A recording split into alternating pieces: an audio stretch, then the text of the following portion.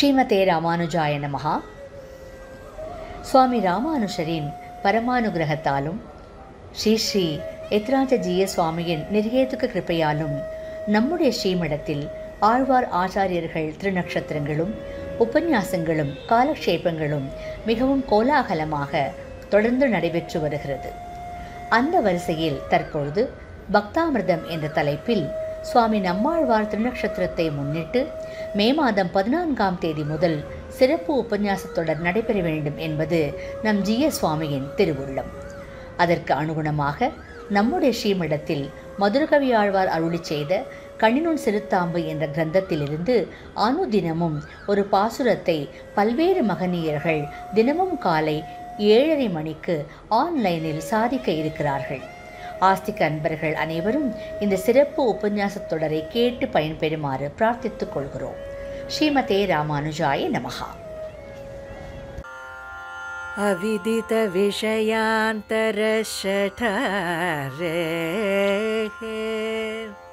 உபனிஷதாம் உபகானமாத்ரபோகः अपि च गुणवशात् तदेकशेषी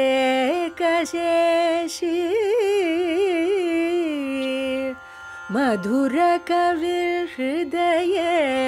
ममाविरस्तु வேறொன்னும் நானறியேன் வேதம் தமிழ் செய்த மாறன் சடகோபன் வண்குருகூரேரெங்கள்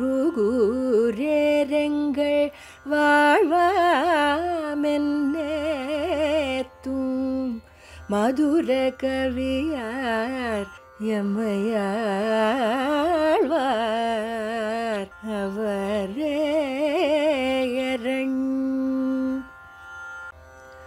கண்ணினும் சிறுத்தாம்பினால் கட்டுண்ண பண்ணிய பெருமாயன் என்னப்பனில் நன்னித்தென் குருகூர் நம்பி என்ன கால் அன்னிக்கும் அமுதூரும் என்னாவுக்கே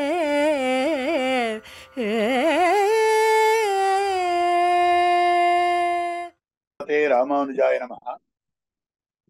ஸ்ரீமத் வரவரமுனையே நமஹ. மாதா பிதா யுவத்யஸ்தனயா விபூதிஹி சர்வம் யதேவ நியமேன மதன்வயானாம் ஆத்யஸ்ய ந குலபதேர்வகுலாபிராமம் ஸ்ரீமத்ததங்கிரிவளம் பிரணமாமி மூர்த்னா. ஸ்ரீயப்பதியான சர்வேஸ்வரனால் மயர்வர மதிநலம் அருளப் பெற்றவர்கள் ஆழ்வார்கள். இந்த ஆழ்வார்களுக்குள்ளே தலைவராயிருப்பவர் நம்மாழ்வார். அந்த நம்மாழ்வாரை அவயவியாகவும் மற்ற ஆழ்வார்களை அவயவங்களாகவும் அற்புதமாக ஒரு அமைப்பை நம்முடைய பெரியவர்கள் அனுபவிக்கிறார்கள்.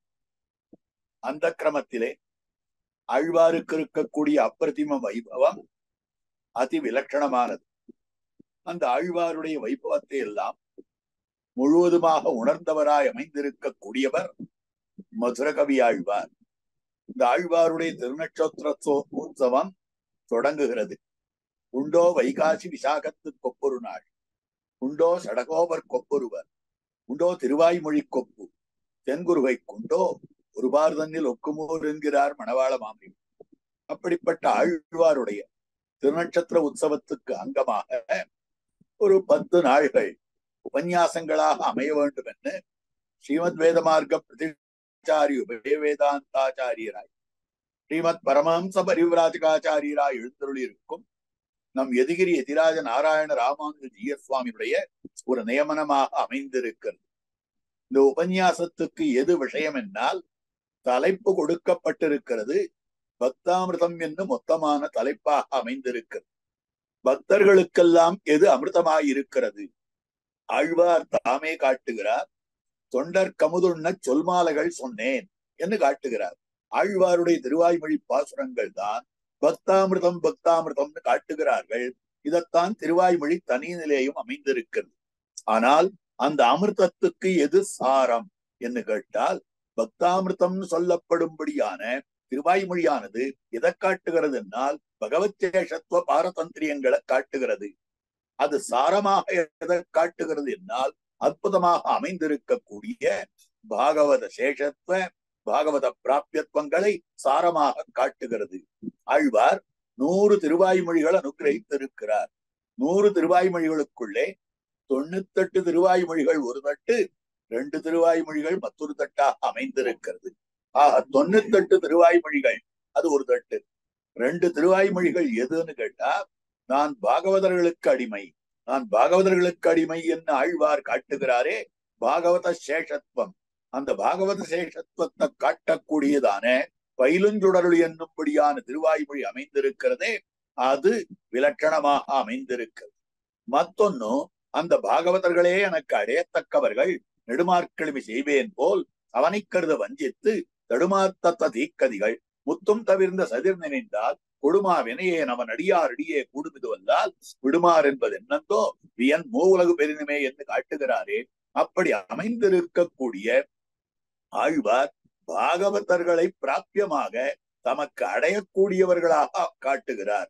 ஆகவே பாகவத சேஷத்துவ பாகவத பிராபியத்துவங்களை சாரமாக காட்டுவதாக அமைந்திருக்கக்கூடிய இந்த பயிலுஞ்சுடரொளி நெடுமார்க்கடிமை, இந்த 2 திருவாய்மொழிகளுமே 98 திருவாய்மொழிகளை விட சிரேஷ்டமாக அமைந்திருக்கக்கூடியதுன்னு காட்டுகிறார்கள். ஆகவே திருவாய்மொழிக்கு சாரமாக அமைந்திருப்பதே இது. இதை உட்கொண்டு, இதை அடிப்படையாக கொண்டு மதுரகவி ஆழ்வார் தாம் ஆழ்வாரே பிராபிய பிராபக பூதர், ஆழ்வாரே தமக்கு எல்லாம், தாம் ஆழ்வாருக்கு சேஷபூதர் என்று காட்டி கொடுத்திருக்கிறார். இப்ப பார்க்கணும், திருவாய்மொழி அதனுடைய சாரம் பயிலஞ்சுடல் நெடுமார்க்கடிமை. அந்த பயிலஞ்சுடல் நெடுமார்க்கடிமையினுடைய சாரமாக அமைந்திருக்கக்கூடியது கண்ணினும் சிறுத்தாம்பு. அப்போ திருவாய்மொழி என்னும்படியான கடலிலிருந்து கடைந்தெடுக்கப்பட்டதாய் அமைந்திருக்கக்கூடிய 2 திருவாய்மொழிகள், அந்த 2 திருவாய்மொழிகளுடைய சாரமாக அமைந்திருக்கக்கூடியது. ஆக திருவாய்மொழி அதனுடைய சாரம், சாரத்தினுடைய சாரம் என்று சொல்லும்படியாக அமைந்திருக்கு. அப்போ திருவாய்மொழியே பக்தாமிர்தம்னு சொல்லுவோமே, ஆனால் பயிலஞ்சுடருள் நெடுமார்க்கடிமை நிச்சயமா பக்தாமிர்தம். ஆக பயிலஞ்சுடருள் நெடுமார்க்கடிமையே அது பக்தாமிர்தம் சொல்லுவோமே, ஆனால் அதனுடைய சாரமாய் அமைந்திருக்கக்கூடிய கண்ணினும் சிறுத்தாம்பு வஸ்துதா பக்தாமிர்தம். அதுக்கு மேல மற்றொரு அர்த்தம் எப்படி சொல்லலாம் என்னால், ஆக பக்தர்களுக்கு அமிர்தமாய் இருக்கக்கூடிய திருவாய்மொழியை அனுகிரகித்தவராய் அமைந்திருக்கக்கூடியவர் ஆழ்வார்.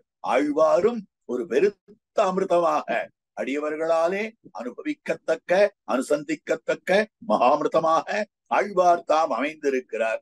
ஆழ்வாருடைய சரித்திரம் அமைந்திருக்கிறதே, அந்த சரித்திரமானது அடியவர்களுக்கு மிகவும் உள்ளுந்தோறும் தித்திக்கும் என்னும்படியாக அமைந்திருக்கிறது. ஆழ்வாருடைய திருக்கல்யாண குணங்கள் என்ன, மேதாவிலாசம் என்ன, கருணாவிலாசம் என்ன, இவை அத்தனையுமே அடியவர்களுக்கு அமிர்தமயமாய் அமைந்திருக்கிறபடியாலே பக்தர்களுக்கு அமிர்தமான ஆழ்வார் வைபவத்தை விலட்சணமாக காட்டுகிற திவ்ய பிரபந்தமும் கூட பக்தாமிர்தம் பக்தாமிர்தம் சொல்லப்படும். ஷடரிபு ரேகையேவ கமலாபதி திவ்ய கவி மதுர கவிர் யதாச்ச ஷடஜின் முனி முக்கிய கவி யதிகுல புங்கவசிய பூரங்க சுதா கவிராட் வரவர யோகினா வரதராஜ நிச்சததா என்று காட்டுகிறார் எறும்பி அப்பா. ஆக ஷடரிபு ரேகையேவ கமலாபதி திவ்ய கவி, ஆக தேவில் சிறந்த திருமார்க்கு தக்க தெய்வ கவிஞன், பாவில் சிறந்த திருவாய்மொழி பகர் பண்டிதனே. ஆக திருவாய்மொழி அனுகிரகித்தவராய் இருக்கிற ஆழ்வார் அவர்தான் எம்பெருமானுக்கு தக்க கவியாக அமைந்திருக்கிறார். அப்படிப்பட்ட ஆழ்வாருக்கு தக்க கவியாருன்னால் மதுர கவிரியதாச்ச சடஜின் முனி முக்கிய கவி. அதுபோலே திருவரங்கத்தமுதனார் ராமானுஜ முனிவருக்கு கவியாய் அமைந்திருக்கிறார் விலட்சண கவி. அதுபோலே மணவாள மாமுனிகளுக்கு எறும்பியப்பா தாம் அமைந்திருக்கிறார் என்று காட்டுகிறார். அப்ப பார்க்கிற பொழுது ஆழ்வாருடைய பெருமைக்கு தக்கவரான கவியாய் அமைந்திருக்கக்கூடியவர் மதுர கவி ஆழ்வார். இவர் காட்டி இருக்கக்கூடிய கண்ணினும் செலுத்தாம்புதான் பக்தர்களுக்கு அமிர்தமயமாக அமைந்திருக்கக்கூடியது. அப்படிப்பட்ட பக்தாமிர்தமாய் அமைந்திருக்கக்கூடிய இந்த மதுரகவி ஆழ்வாருடைய திவ்ய கிரந்தமாய் அமைந்திருக்கக்கூடிய கண்ணினும் சிறுத்தாம்பை ஆழ்வாருடைய திருநட்சத்திரோத்சவத்தை உத்தேசித்து ஒரு 10 நாள்கள் அனுபவிக்க வேண்டும் என ஸ்ரீ ஜிஎஸ் சுவாமியினுடைய நியமனமாக அமைந்திருக்கிறது. அந்த நியமனானுகுணமாக ஓரோ நாளும் ஓரொரு வித்வான் ஓரோ பாசுரத்தினுடைய அர்த்தங்களை இந்த ரோட்டியிலே தாங்கள் தெரிவிப்பார்கள், தாங்கள் அனுகிரகிப்பார்கள். அந்த கிரமத்திலே இன்றைய தினம் உபக்கிரம உபன்யாசமாக இருக்கிறது. ஸ்ரீ ஜிஎஸ் சுவாமியினுடைய நியமனானுகுணமாக கண்ணினுஞ்சிறுத்தாம்புக்கு அமைந்திருக்கக்கூடிய தனியன்கள், அந்த தனியன்களுடைய அனுபவம் அவதாரிகா பிரகரணத்திலே நம் ஆச்சாரியர்கள் காட்டிக் கொடுத்திருக்கக்கூடிய அர்த்த விசேஷங்களிலே சிலவற்றையும், அதே போல முதல் பாசுரத்தினுடைய சாரார்த்தத்தையும் அனுபவிக்கலாம் என்கிற அபிப்பிராயத்திலே உபன்யாசத்தை தொடங்குகிறேன். இந்த கண்ணினுஞ்சிறுத்தாம்புக்கு 2 தனியன்கள் அமைந்திருக்கின்றன. அவிதித விஷயாந்தர சட்டாரேகே உபனிஷதாம் உபகான மாத்திர போகா அபிச்ச குணவசாத் ததேக சேஷி மதுரகவிர் ஹிருதயே மாமாவிரஸ்து. இது ஒரு தனியன். வேறொன்னும் நான் அறியேன் வேதம் தமிழ் செய்த மாறன் சடகோபன் வன்குருகூரர் எங்கள் வாழ்வாம் என்னேத்தும் மதுரகவியார் மையாழ்வார் அவரே அரண். இது 2வது தனியனாக அமைந்திருக்கிறது. ஒன்னு ஸ்ரீ நாதமுனிகளை கிரகித்த தனியனாக அமைந்திருக்க கூடியது அவித்த விஷயாந்தர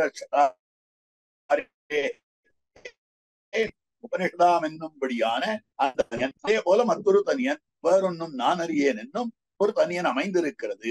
இதுல முதல் தனியன்ல சொல்லக்கூடிய அர்த்தம், அந்த மதுரகவி ஆழ்வார் என்னுடைய ஹிருதயத்திலே ஆவிர்பவிக்க கடவராக அமைந்திருக்கிறார். அவர் ஆவிர்பவிக்க வேண்டும், ஹிருதயத்திலே ஆவிர்பவிக்க வேண்டும் என்று பிரார்த்திக்கிறார். அவர் எப்படிப்பட்டவர்னா அவிதித்த விஷயாந்தரா, மற்றொரு விஷயமே அவருக்கு தெரியாது. மற்றொரு விஷயம்னா என்ன? பகவத் விஷயமே தெரியாது. நம்மாழ்வாரை தவிர மற்றொரு விஷயத்தை அறியாதவராக இருந்தார். அதான் அடுத்த தனியில காட்டுறது, வேறு ஒன்னும் நான் அறியேன், வேறு ஒன்னும் நான் அறியேன் என்று காட்டக்கூடிய வார்த்தையாக அமைந்திருக்கிறது அவிதித்த விஷயாந்தரா அப்படின்னு. அப்போ அப்படிப்பட்டவர் என்ன பண்ணுகிறாருன்னால், சடகோபர் என்னும்படியான திருநாமத்தை உடையவராய் இருக்கக்கூடிய நம்மாழ்வாருடைய அனுபவத்தினாலே வெளிப்பட்டிருக்கக்கூடிய திருவாய்மொழி, அந்த கானமே திருவாய்மொழியை பாடுதலே தனக்கு போகமாக கொண்டிருக்கக்கூடிய விஷயம். ஆக அந்த ஆழ்வாருடைய பாசுரங்களை நாவினால் நவித்து இன்பமைதினேன் என்று காட்டுகிறார். ஆக துருவூர் நம்பி பாவின் இன்னிசை பாடி திரிவனேன்னு காட்டுகிறார். அப்ப பார்க்கிற பொழுது இவருக்கு எது போகம்னா திருவாய்மொழியுடைய கானமேகமாக இருக்கக்கூடியது. அவருடைய அற்புதமாக அமைந்திருக்கக்கூடிய திருக்கல்யாண குணங்கள், இந்த குணங்களுக்கெல்லாம் தோற்று அவித்த விஷயாந்தர சட்டாரேகே உபனிஷதாம் உபகான மாத்திர போகா அபிச்ச குணவசாத்து ததேக சேஷி. ஆக அவருடைய குணங்களுக்கும் ஈடுபட்டு அவருக்கே சேஷபூதராய் அமைந்திருக்கிறார், அவரையே சேஷியாக கொண்டிருக்கிறார். அப்படிப்பட்ட மதுரகவியாழ்வார் என்னுடைய ஹிருதயத்திலே எழுந்தருளி இருக்கட்டும், என்னுடைய ஹிருதயத்திலே சுப்பிரதிஷ்டராக நன்றாக நிலை பெற்று விளங்கட்டும் என்று அப்படி பிரார்த்திக்கக்கூடிய அற்புத தனியன். ஆக ஆழ்வாரை தவிர எங்களை எல்லாம் விஷயாந்தரம் விஷயாந்தரம் சொல்றது. ஆழ்வார் காட்டினார் சிந்தை மத்தொன்னின் திறத்ததெல்லாம் தன்மை. ஆக எம்பெருமான தவிர மற்றொரு விஷயத்திலே என்னுடைய மனசானது போகாதுன்னு ஆழ்வார் காட்டினார். இப்ப மதுரகவி ஆழ்வார் தாம் தெரிவிக்கிறார். அதே மாதிரி மத்தொன்னினை காணாவே என்று திருப்பாணாழ்வார் தாம் தெரிவித்தார். திருவரங்கனை தவிர மத்தொன்னை என் நெஞ்சு காணாதுன்னு திருவடி தாம் தெரிவிக்கிறார். சக்கரவர்த்தி திருமணாரான ஸ்ரீ ராமபிரான தவிர மத்தொன்னிலே என்னுடைய நெஞ்சு செல்லாது பாவோ நான்யத்திர கச்சத்தின்னு சொன்னார். ஆக இவர்களுக்கெல்லாம் எது விஷயாந்தரம்னா மத்ததுதான். ஆக ஆழ்வாருக்கு பகவானை தவிர மத்தது விஷயாந்தரம். அதே மாதிரி திருப்பாணாழ்வாருக்கு பெரிய பெருமாளை தவிர மற்றதெல்லாம் விஷயாந்தரம். திருவடியான ஹனுமானுக்கு சக்கரவர்த்தி திருமணாரை தவிர மற்றதெல்லாம் விஷயாந்தரம். ஆனால் இந்த இடத்துல மதுரகவி ஆழ்வாருக்கு ஆழ்வாரை தவிர 3 பேர் சொன்னேனே பகவான உகந்தார்களே, அந்த பகவானே அதாவது அவர்களுக்கு மதுரகவி ஆழ்வாருக்கு விஷயாந்தரமாக அமைந்திருக்கக்கூடியது. அப்படின்னா என்ன அர்த்தம்? பாட்டு கேட்கும் இடம், கூப்பீடு கேட்கும் இடம், வளைத்த விடம், குதித்த விடம் எல்லாம் வகுத்த விடமே என்றிருக்க கடவன் என்று காட்டுக் கொடுத்திருக்கிறது. பாட்டு கேட்கும் இடம் பரமபதம், அதுவும் நமக்கு ஆச்சாரியன்தான். இது மதுரகவி ஆழ்வாருடைய சித்தாந்தம். கூப்பீடு கேட்கும் இடம் யூக வாசுதேவனாய் இருக்கிற நிலை, அந்த நிலையும் ஆச்சாரியனான ஆழ்வாரே என்று திருவள்ளம்பத்தி இருக்கிறார் மதுரகவி ஆழ்வார்.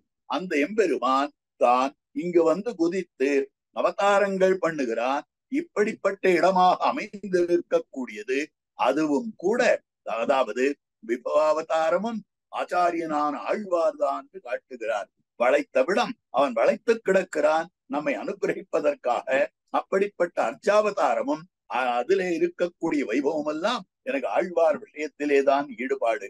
அதற்கனுகுணமாக ஊட்டுமிடம் அந்த எம்பெருமான் உள்ளே பதி கிடந்து நம்முடைய சத்தையே நோக்கி கொண்டு போரும்படியாய் அமைந்திருக்கக்கூடிய அந்த அந்தர்யாமித்துவம் இருக்கிறதே, அந்தர்யாமித்துவமும் எனக்கு ஆழ்வார்தான் காட்டார். அப்போ மதுரகவி ஆழ்வார் ஆழ்வாரை தவிர பகவானை அறியார். மதுரகவி ஆழ்வாருக்கு ஆழ்வாரத்தான் விஷயமே ஒழிய ஆழ்வாரை தவிர்ந்த பகவானும் கூட விஷயாந்தரமாக அமைந்திருக்கக்கூடிய விஷயம் என்ன காட்டியிருக்கக்கூடிய விஷயம். ஆக மாதா பிதா யுவதையா, அன்னையாய் அத்தனாய் சர்வம் எதேவா என்று சம்சாரிகளுக்கு எதெல்லாம் உத்தேசியமோ அது மொத்தமே ஆழ்வாராக இவர் தாம் கொண்டிருக்கக்கூடிய விஷயம். ஆக எல்லாம் கண்ணன் என்ன ஆழ்வார் இருந்தார், அதே போல மதுரகவி ஆழ்வாரும் கூட தாமும் எல்லாம் கண்ணன் என்று சொல்லும்படியான நிலையாக அமைந்திருக்கிறது. அவிதித்த விஷயாந்தர சட்டாரேகே உபனிஷதாம் உபகான மாத்திர போகா.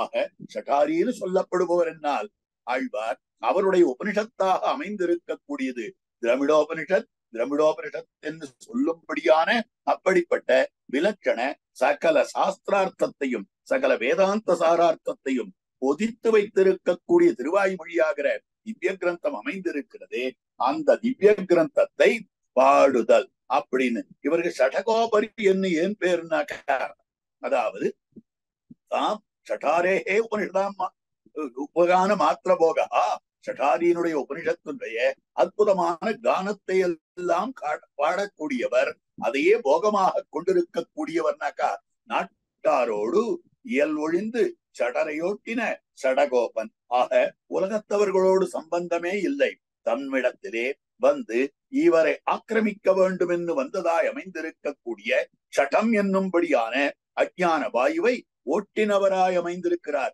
கோபித்தவராய் அமைந்திருக்கிறார். மாத்திரு கர்ப்பத்திலிருந்து வெளிவந்ததும் அந்த வாயுவானது இவரை கப்பிக்கொள்ள வந்தது. அந்த சமயத்திலே ஒரு ஓங்காரத்தினாலே அதனை கோபித்தவரானபடியாலே சடகோபகா சடகோபகா என்னும்படியான அந்த தாம் காட்டப்படுகிறார் ஆழ்வார். அப்படி சட்டத்தை ஓட்டினவராய் அமைந்திருக்கக்கூடியவர்.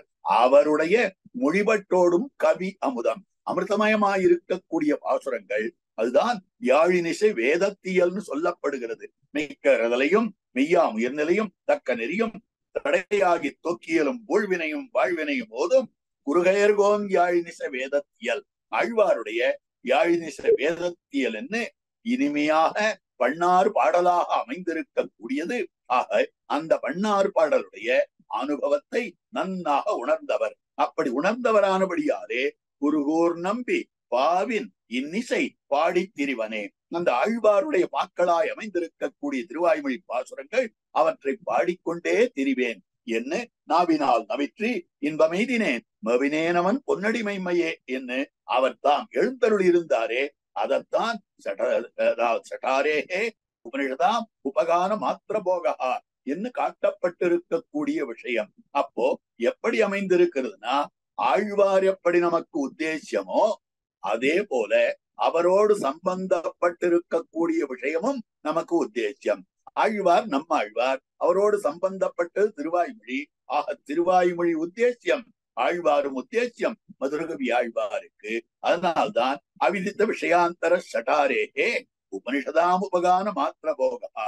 சட்டாரியனுடைய உபனிஷத்தாக இருக்கக்கூடிய திருவாய்மொழியே தான் பாடிக்கொண்டு திரிபவர்னு காட்டினார். ஆக அப்படிப்பட்ட நிலையிலே ஆழ்வார் விஷயத்துல இவர் எப்படி அடிமையாயிருக்கிறார் அதை எடுத்து காட்டுகிறார் பிள்ளலோகஞ்சியர். ஆச்சரியமான திருவாக்காக அமைந்திருக்கிறது. அவிதித்த விஷயாந்தர சட்டாரேகே, சட்டாரியாக இருக்கக்கூடிய அந்த எம்பெருமானா அந்த ஆழ்வாரை தவிர மற்ற விஷயங்களை அறியாதவராக இருக்கக்கூடியவர் மதுரகவி ஆழ்வார்னு காட்டினார். இதனால என்ன காட்டுறது? நாம் அடிமைப்பட்டு இருக்கிறோம் ஒருவருக்கு. அந்த அடிமை ரெண்டு விதமான அடிமையாக இருக்கு. ஒருத்தரிடத்துல நமக்கு ஈடுபாடு இருக்கிறதுன்னா அவர் சுவாமி, நான் அடியவன், அதனால் அடியவனா இருக்கிறேன். இது சொன்னா இது ஸ்வரூபம் பிரயோகித்ததாய் அமைந்திருக்கக்கூடியது, ஸ்வரூப பிரயுக்தமாக அமைந்திருக்கக்கூடியது, ஸ்வரூபத்தாலே வந்ததாக அமைந்திருக்கக்கூடிய இயல்பு. அந்த இயல்புக்கு அனுகுணமாக நாம் பகவானிடத்துல நாம சேஷப்படுறோம் அப்படின்னு சொன்னால் அது ஸ்வரூப பிரயுக்த தாசியம். அந்த ஸ்வரூப பிரயுக்த தாசியம் மதுரகவி ஆழ்வாருக்கு ஆழ்வார் விஷயத்திலே அமைந்திருக்கிறது. ஆக மற்ற விஷயம் எதுவும் தெரியாது, ஆழ்வார மட்டுமே அறிந்தவர். அதனால ஸ்வரூப பிரயுக்த தாசியம்னு காட்டு. அதுக்கு மேல அப்பிச்ச குணவசாத்து ததேக சேஷி, அவருடைய வாத்சல்யம் முதலான திருக்கல்யாண குணங்களிலே ஈடுபட்டு அவரையே சேஷியாக கொண்டிருக்கக்கூடியவர், அவரையே சுவாமியாக கொண்டிருக்கக்கூடியவர் என்று சொல்லும்படியான விஷயம். ஆகவே இது குணவசாத்து, குணத்துக்கு வசப்பட்டவராய் அமைந்திருக்கக்கூடியவர். ஆகவே அந்த குணத்தின் காரணமாகவே அவரை சேஷியாக கொண்டிருக்கிறார். ஆகவே இது எப்படி அமைந்திருக்கிறது என்னால் குணகிருத்த தாசியம். ஒருத்தர் நல்லவரா இருக்கிறார், அவருக்கு அடிமை பண்றேன். அவர் உதாரரா இருக்கார், அவருக்கு அடிமை பண்றேன். அவர் என்னிடத்துல பிரீத்தி வச்சிருக்கிறார், அவருக்கு அடிமை பண்றேன் அப்படின்னு சொன்னால் அவருடைய குணத்தை பார்த்து தாசனாதல். ஆக இப்படி பார்க்கிற பொழுது பகவத் விஷயத்திலே நாம் ஈடுபடுகிறோம் என்றால் பகவான் சுவாமி, நாம் தாசபூதர்கள். அது ஸ்வரூப பிரயுக்த. இரண்டாவது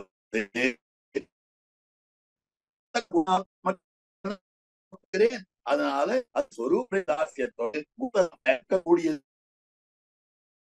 அப்படி பார்க்கிற பொழுது ஸ்வரூப பிரயுக்த தாசியம் தாசியம் அகமஸ்ய அவரோ பிராதா குணை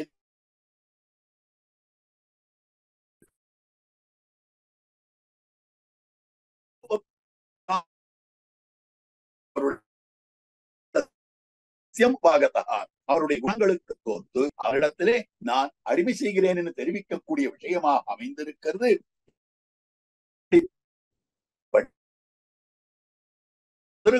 தாம் தெரிவிக்கும் விஷயம்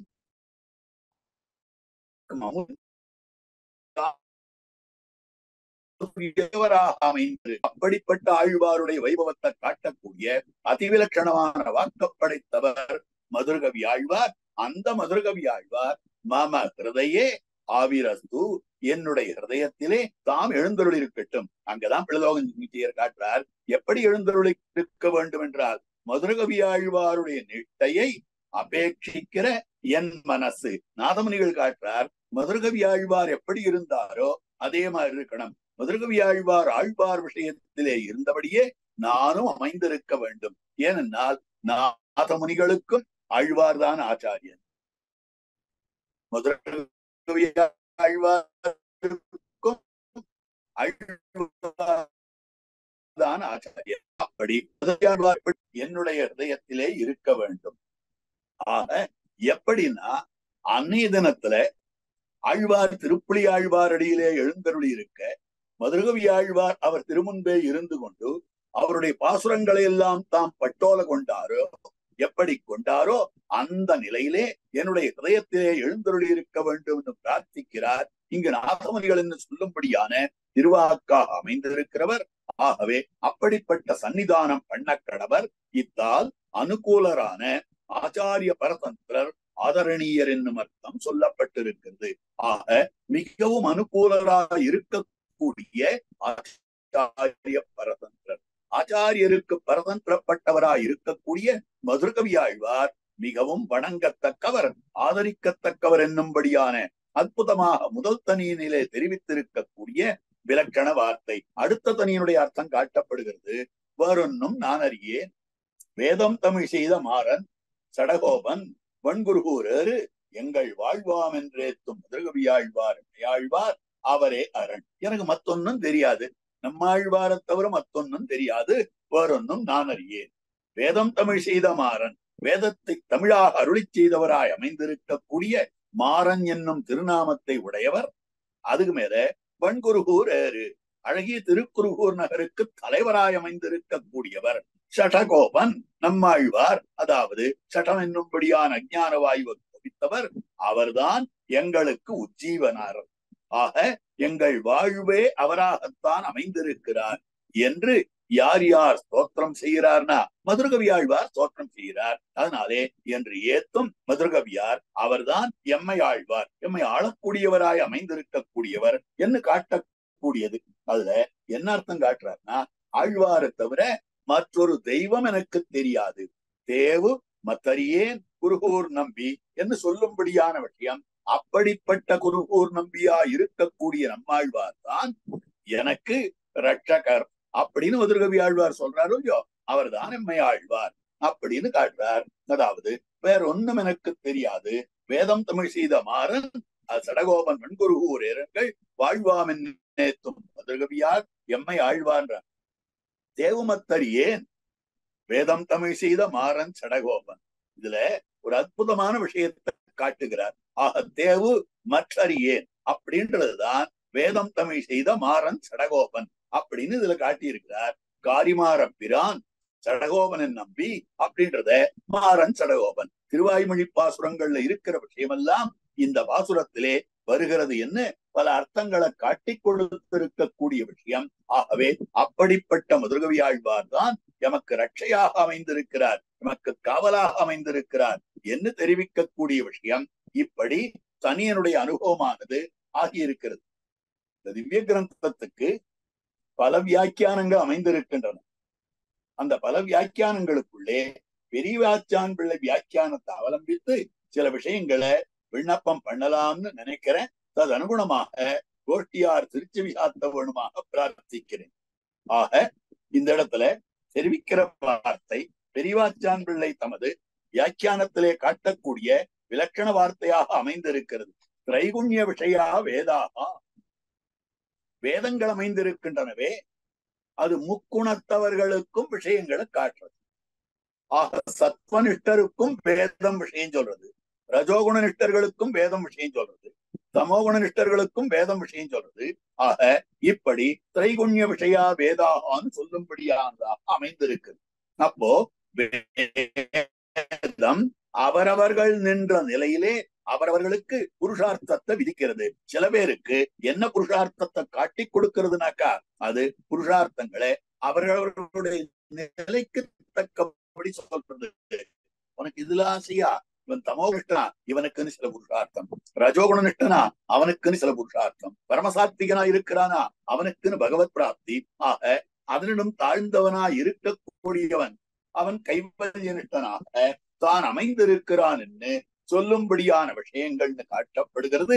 ஆகவே வேதத்தினுடைய இப்போ இந்த வேதத்தினுடைய மரியாதை எப்படி இருக்கிறதோ அதிலே நின்னவர்களாக இருக்கக்கூடியவர்கள் மகர்ஷிகள். வேதம் என்ன சொல்லித்தோ அது பிரகாரம் சொல்லிட்டு போறாங்க. அதை காட்டக்கூடிய விஷயம் எப்படி அமைந்திருக்கிறதுனால் அவரவர்களுடைய ருச்சிக்கு அனுகுணமாக, உனக்கு இதுல ஆசையா, இந்த ஐஸ்வர்யம் வேணுமா, நீ கர்மங்களை செய்வாயாக அப்படின்னு கர்மங்களை செய்யும்படியாக நியமித்து கொடுத்திருக்கக்கூடிய விஷயம். அதுக்கு மேல இன்னும் சில பேர் அமைந்திருக்கிறார்கள். அப்படிப்பட்டவர்கள் என்ன தெரிவிக்கக்கூடிய விஷயம் என்னால் அவர்கள் கைவல்யத்தை ஆசைப்படுவார்கள். யோகினாம் அமிர்தம் ஸ்தானம் என்னும்படியான அந்த அற்புதமான வசனத்தை எடுத்து உதாகரித்து காட்டுகிறார் வியாக்கியாதா பெரியவாச்சான் பிள்ளை. கைவல்ய நிஷ்டர்களாக இருக்கக்கூடியவர்களுக்கு என்ன வேணும்னாக்கா ஆத்மானுபவம் வேண்டும். ஐஸ்வர்ய நிஷ்டர்களுக்கு ஐஸ்வர்யத்தை பெறுவதற்கு சாதனத்தை காட்டுகிறார்கள் ரிஷிகள். எதுன்னு சொன்னால், நீங்கள் உங்களுடைய வர்ணாசிரம தர்மமாகிற கர்மத்தை அனுஷ்டியுங்கள், உங்களுக்கு நீங்கள் என்ன ஆசைப்படுறீங்களோ கிடைக்கும். ஆக கர்மத்தை விதித்திருக்கிறார்கள் ரிஷிகள் வேதத்தினுடைய மரியாதையிலே இருந்து கொண்டு. அதனாலே இப்படிப்பட்ட அதிகாரிகளுக்கு கர்மம் சொல்லப்படுகிறது.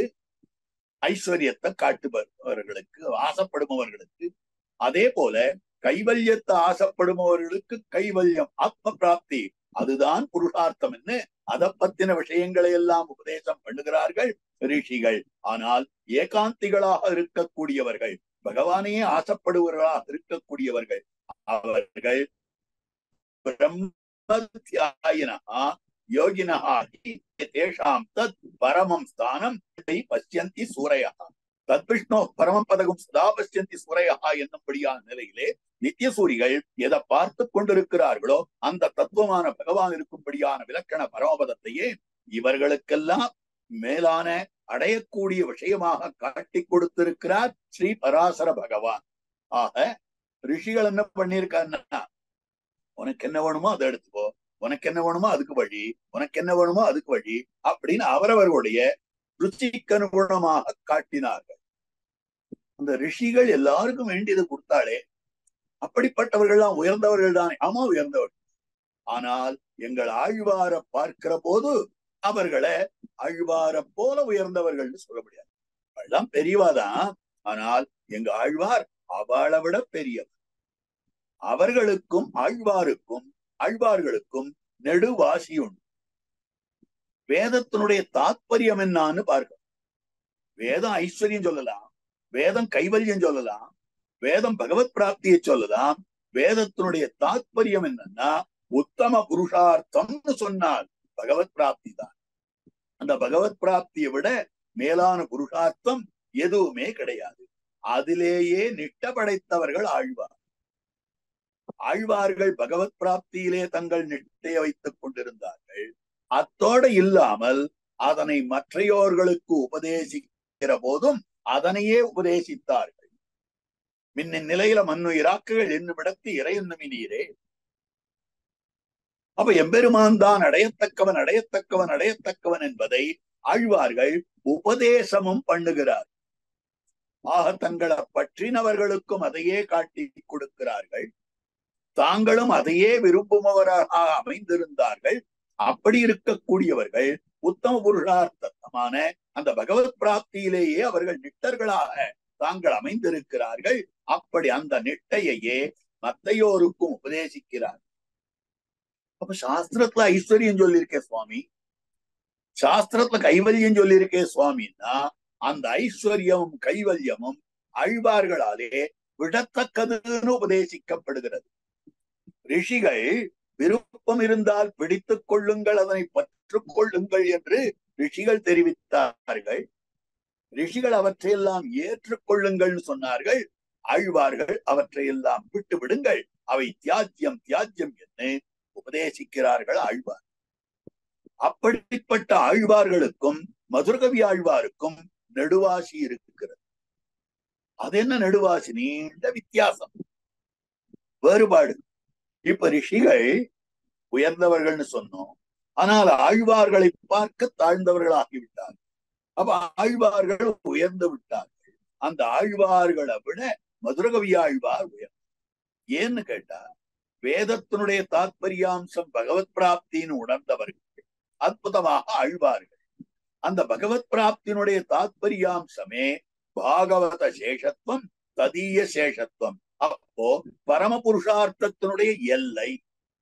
எம்பெருமான் அடையத்தக்கவன் பரம புருஷார்த்தம் என்று சொன்னால் அந்த பரம புருஷார்த்தத்தினுடைய எல்லையாக அமைந்திருக்கக்கூடியது பாகவத சேஷத்துவ, பாகவத பாரதந்திரிய, பாகவத பிராப்தியத்துவங்கள் என்று காட்டப்பட்டிருக்கக்கூடியது அந்த ததீய சேஷத்துவம். பாகவத சேஷத்துவம் சரம பருவ நிஷ்டா, ஆச்சாரிய நிஷ்டை, அதிலே அமைந்திருந்தவர் மதுரகவி ஆழ்வார். அதனால அந்த மதுரகவி ஆழ்வாருக்கு அமைந்திருக்கக்கூடிய பெருமைன்னு சொல்லும்படியான இவருக்கே இவ்வளவு ஏத்தம் வந்துருச்சு. வேதத்தை விட ரிஷிகள் எடுத்து உபதேசித்தார்கள் என்பதற்காக ரிஷிகளுக்கு ஏத்தம் சொல்றோம். அந்த ரிஷிகளை விட ஆழ்வார்களுக்கு ஏத்தம் சொல்றோம்.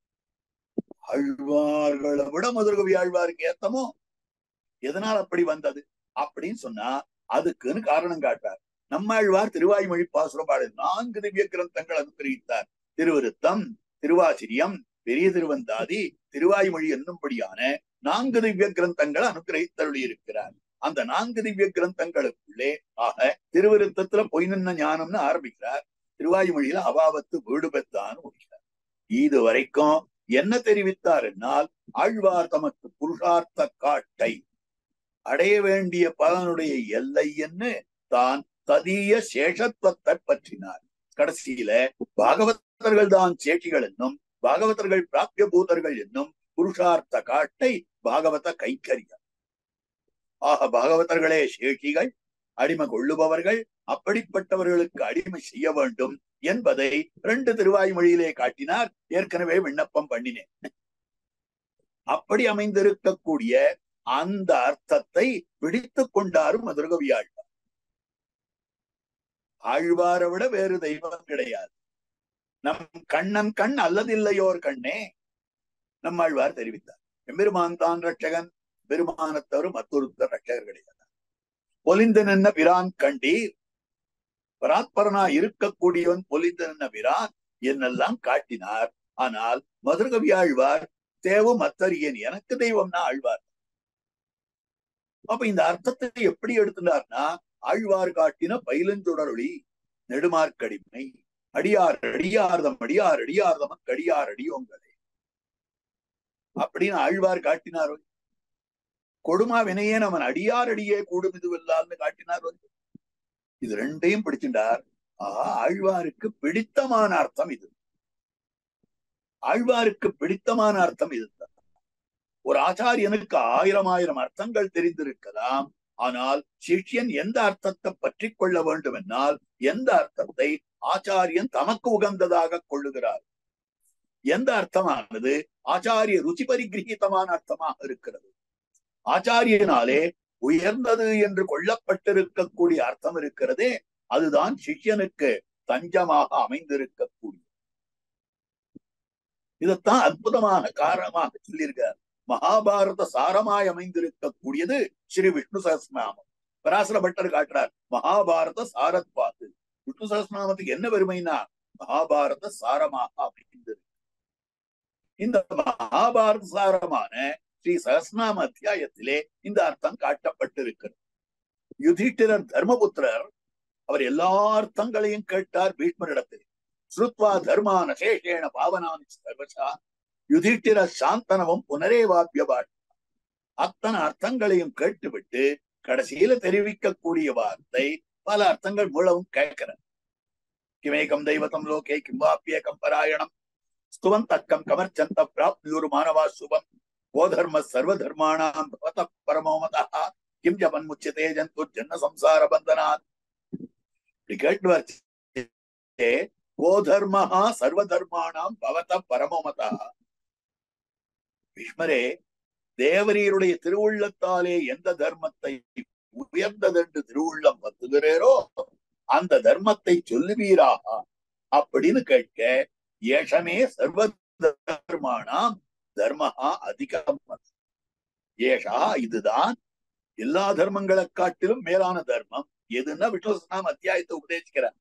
விஷ்ணு சஹஸ்ரநாம அத்தியாயம் கூட மேலான தர்மம் அல்ல.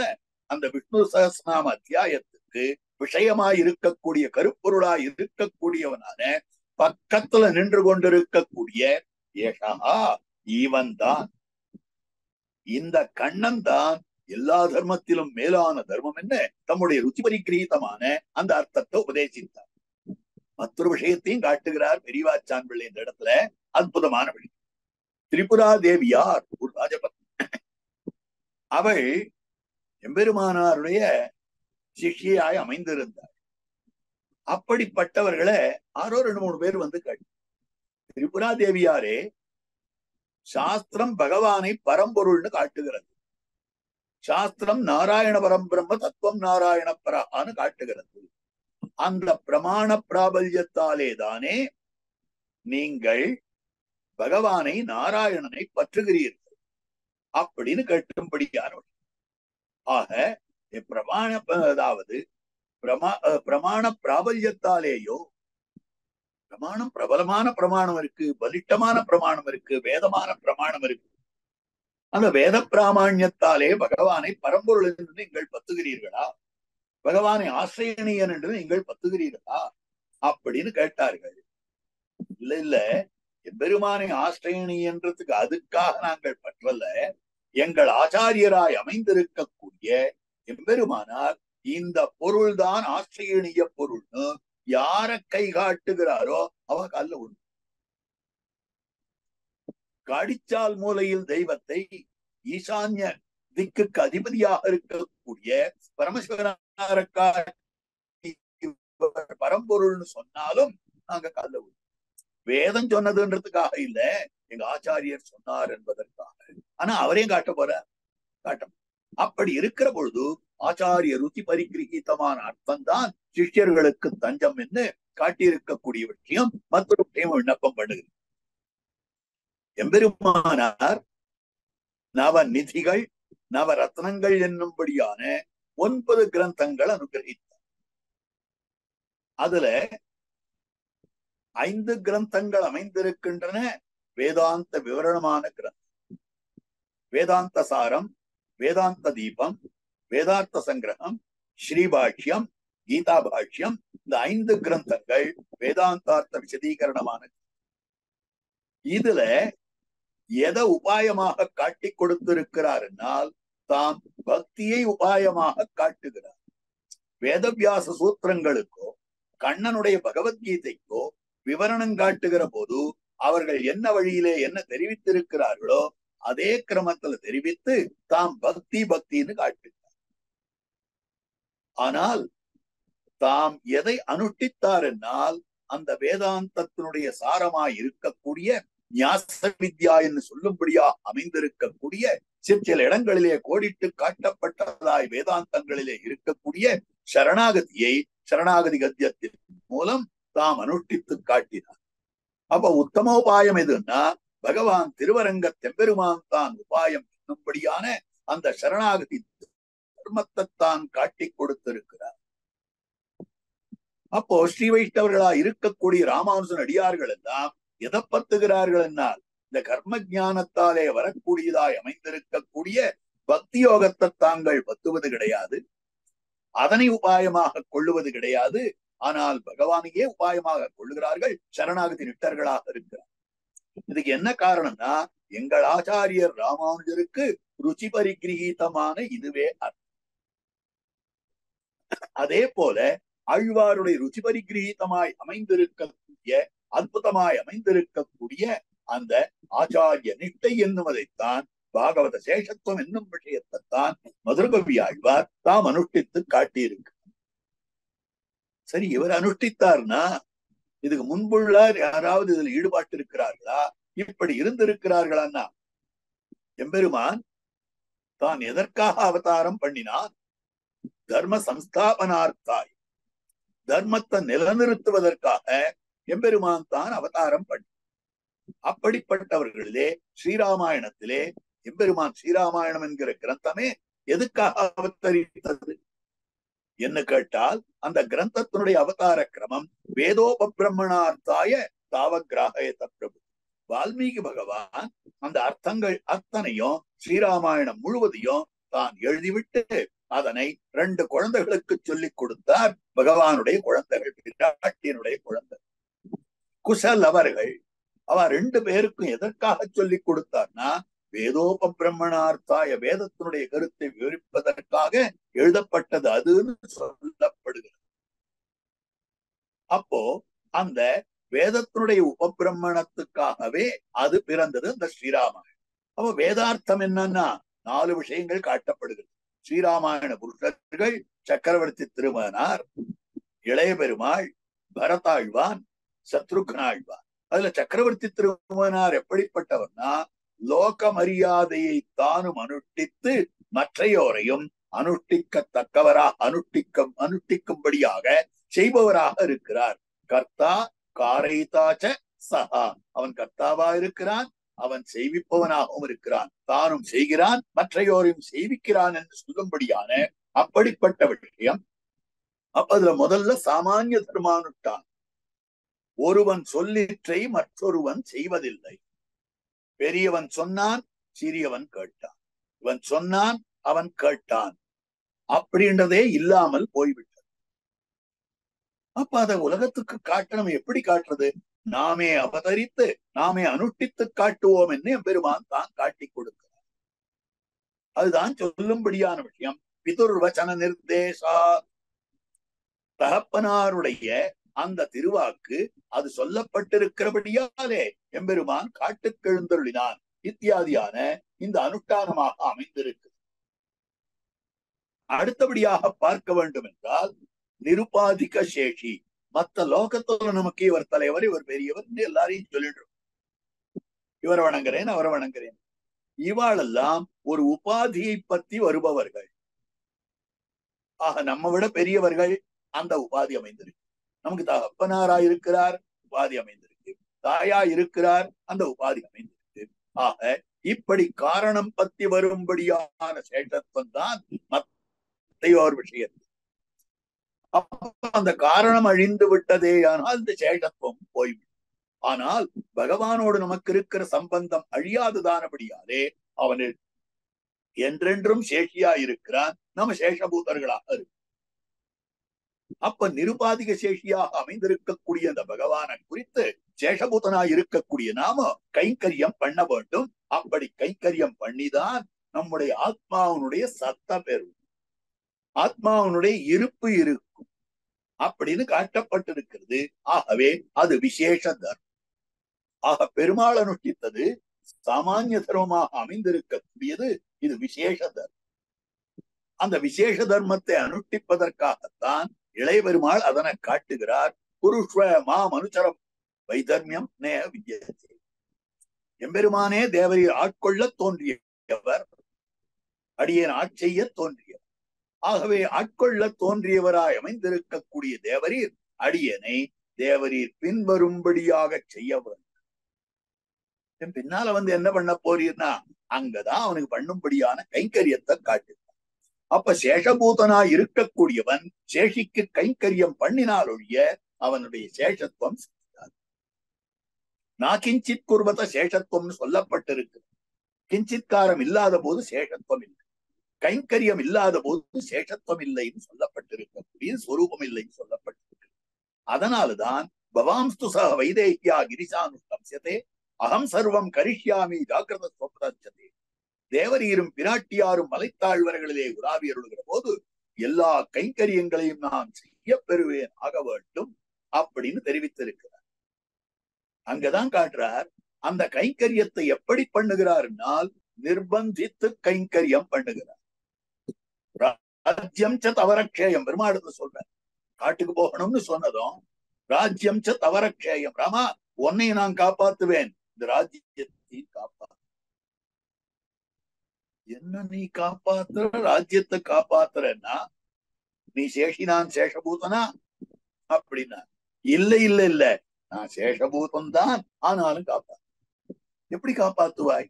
எப்படி சேஷபூதம் சேஷியை காப்பாத்துறான்னு அங்கதான் தெரிவிக்கிறார்.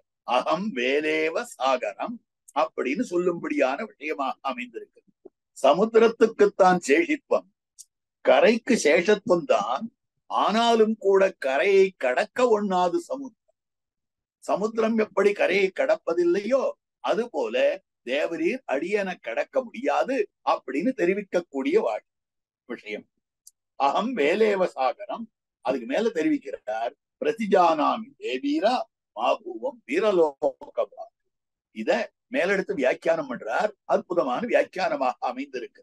பிரதிஜானாமி தேவீரா, தேவரீரிடத்திலே பிரதிஜ்ஞ பண்ண கடவனாக நான் அமைந்திருக்கிறேன்.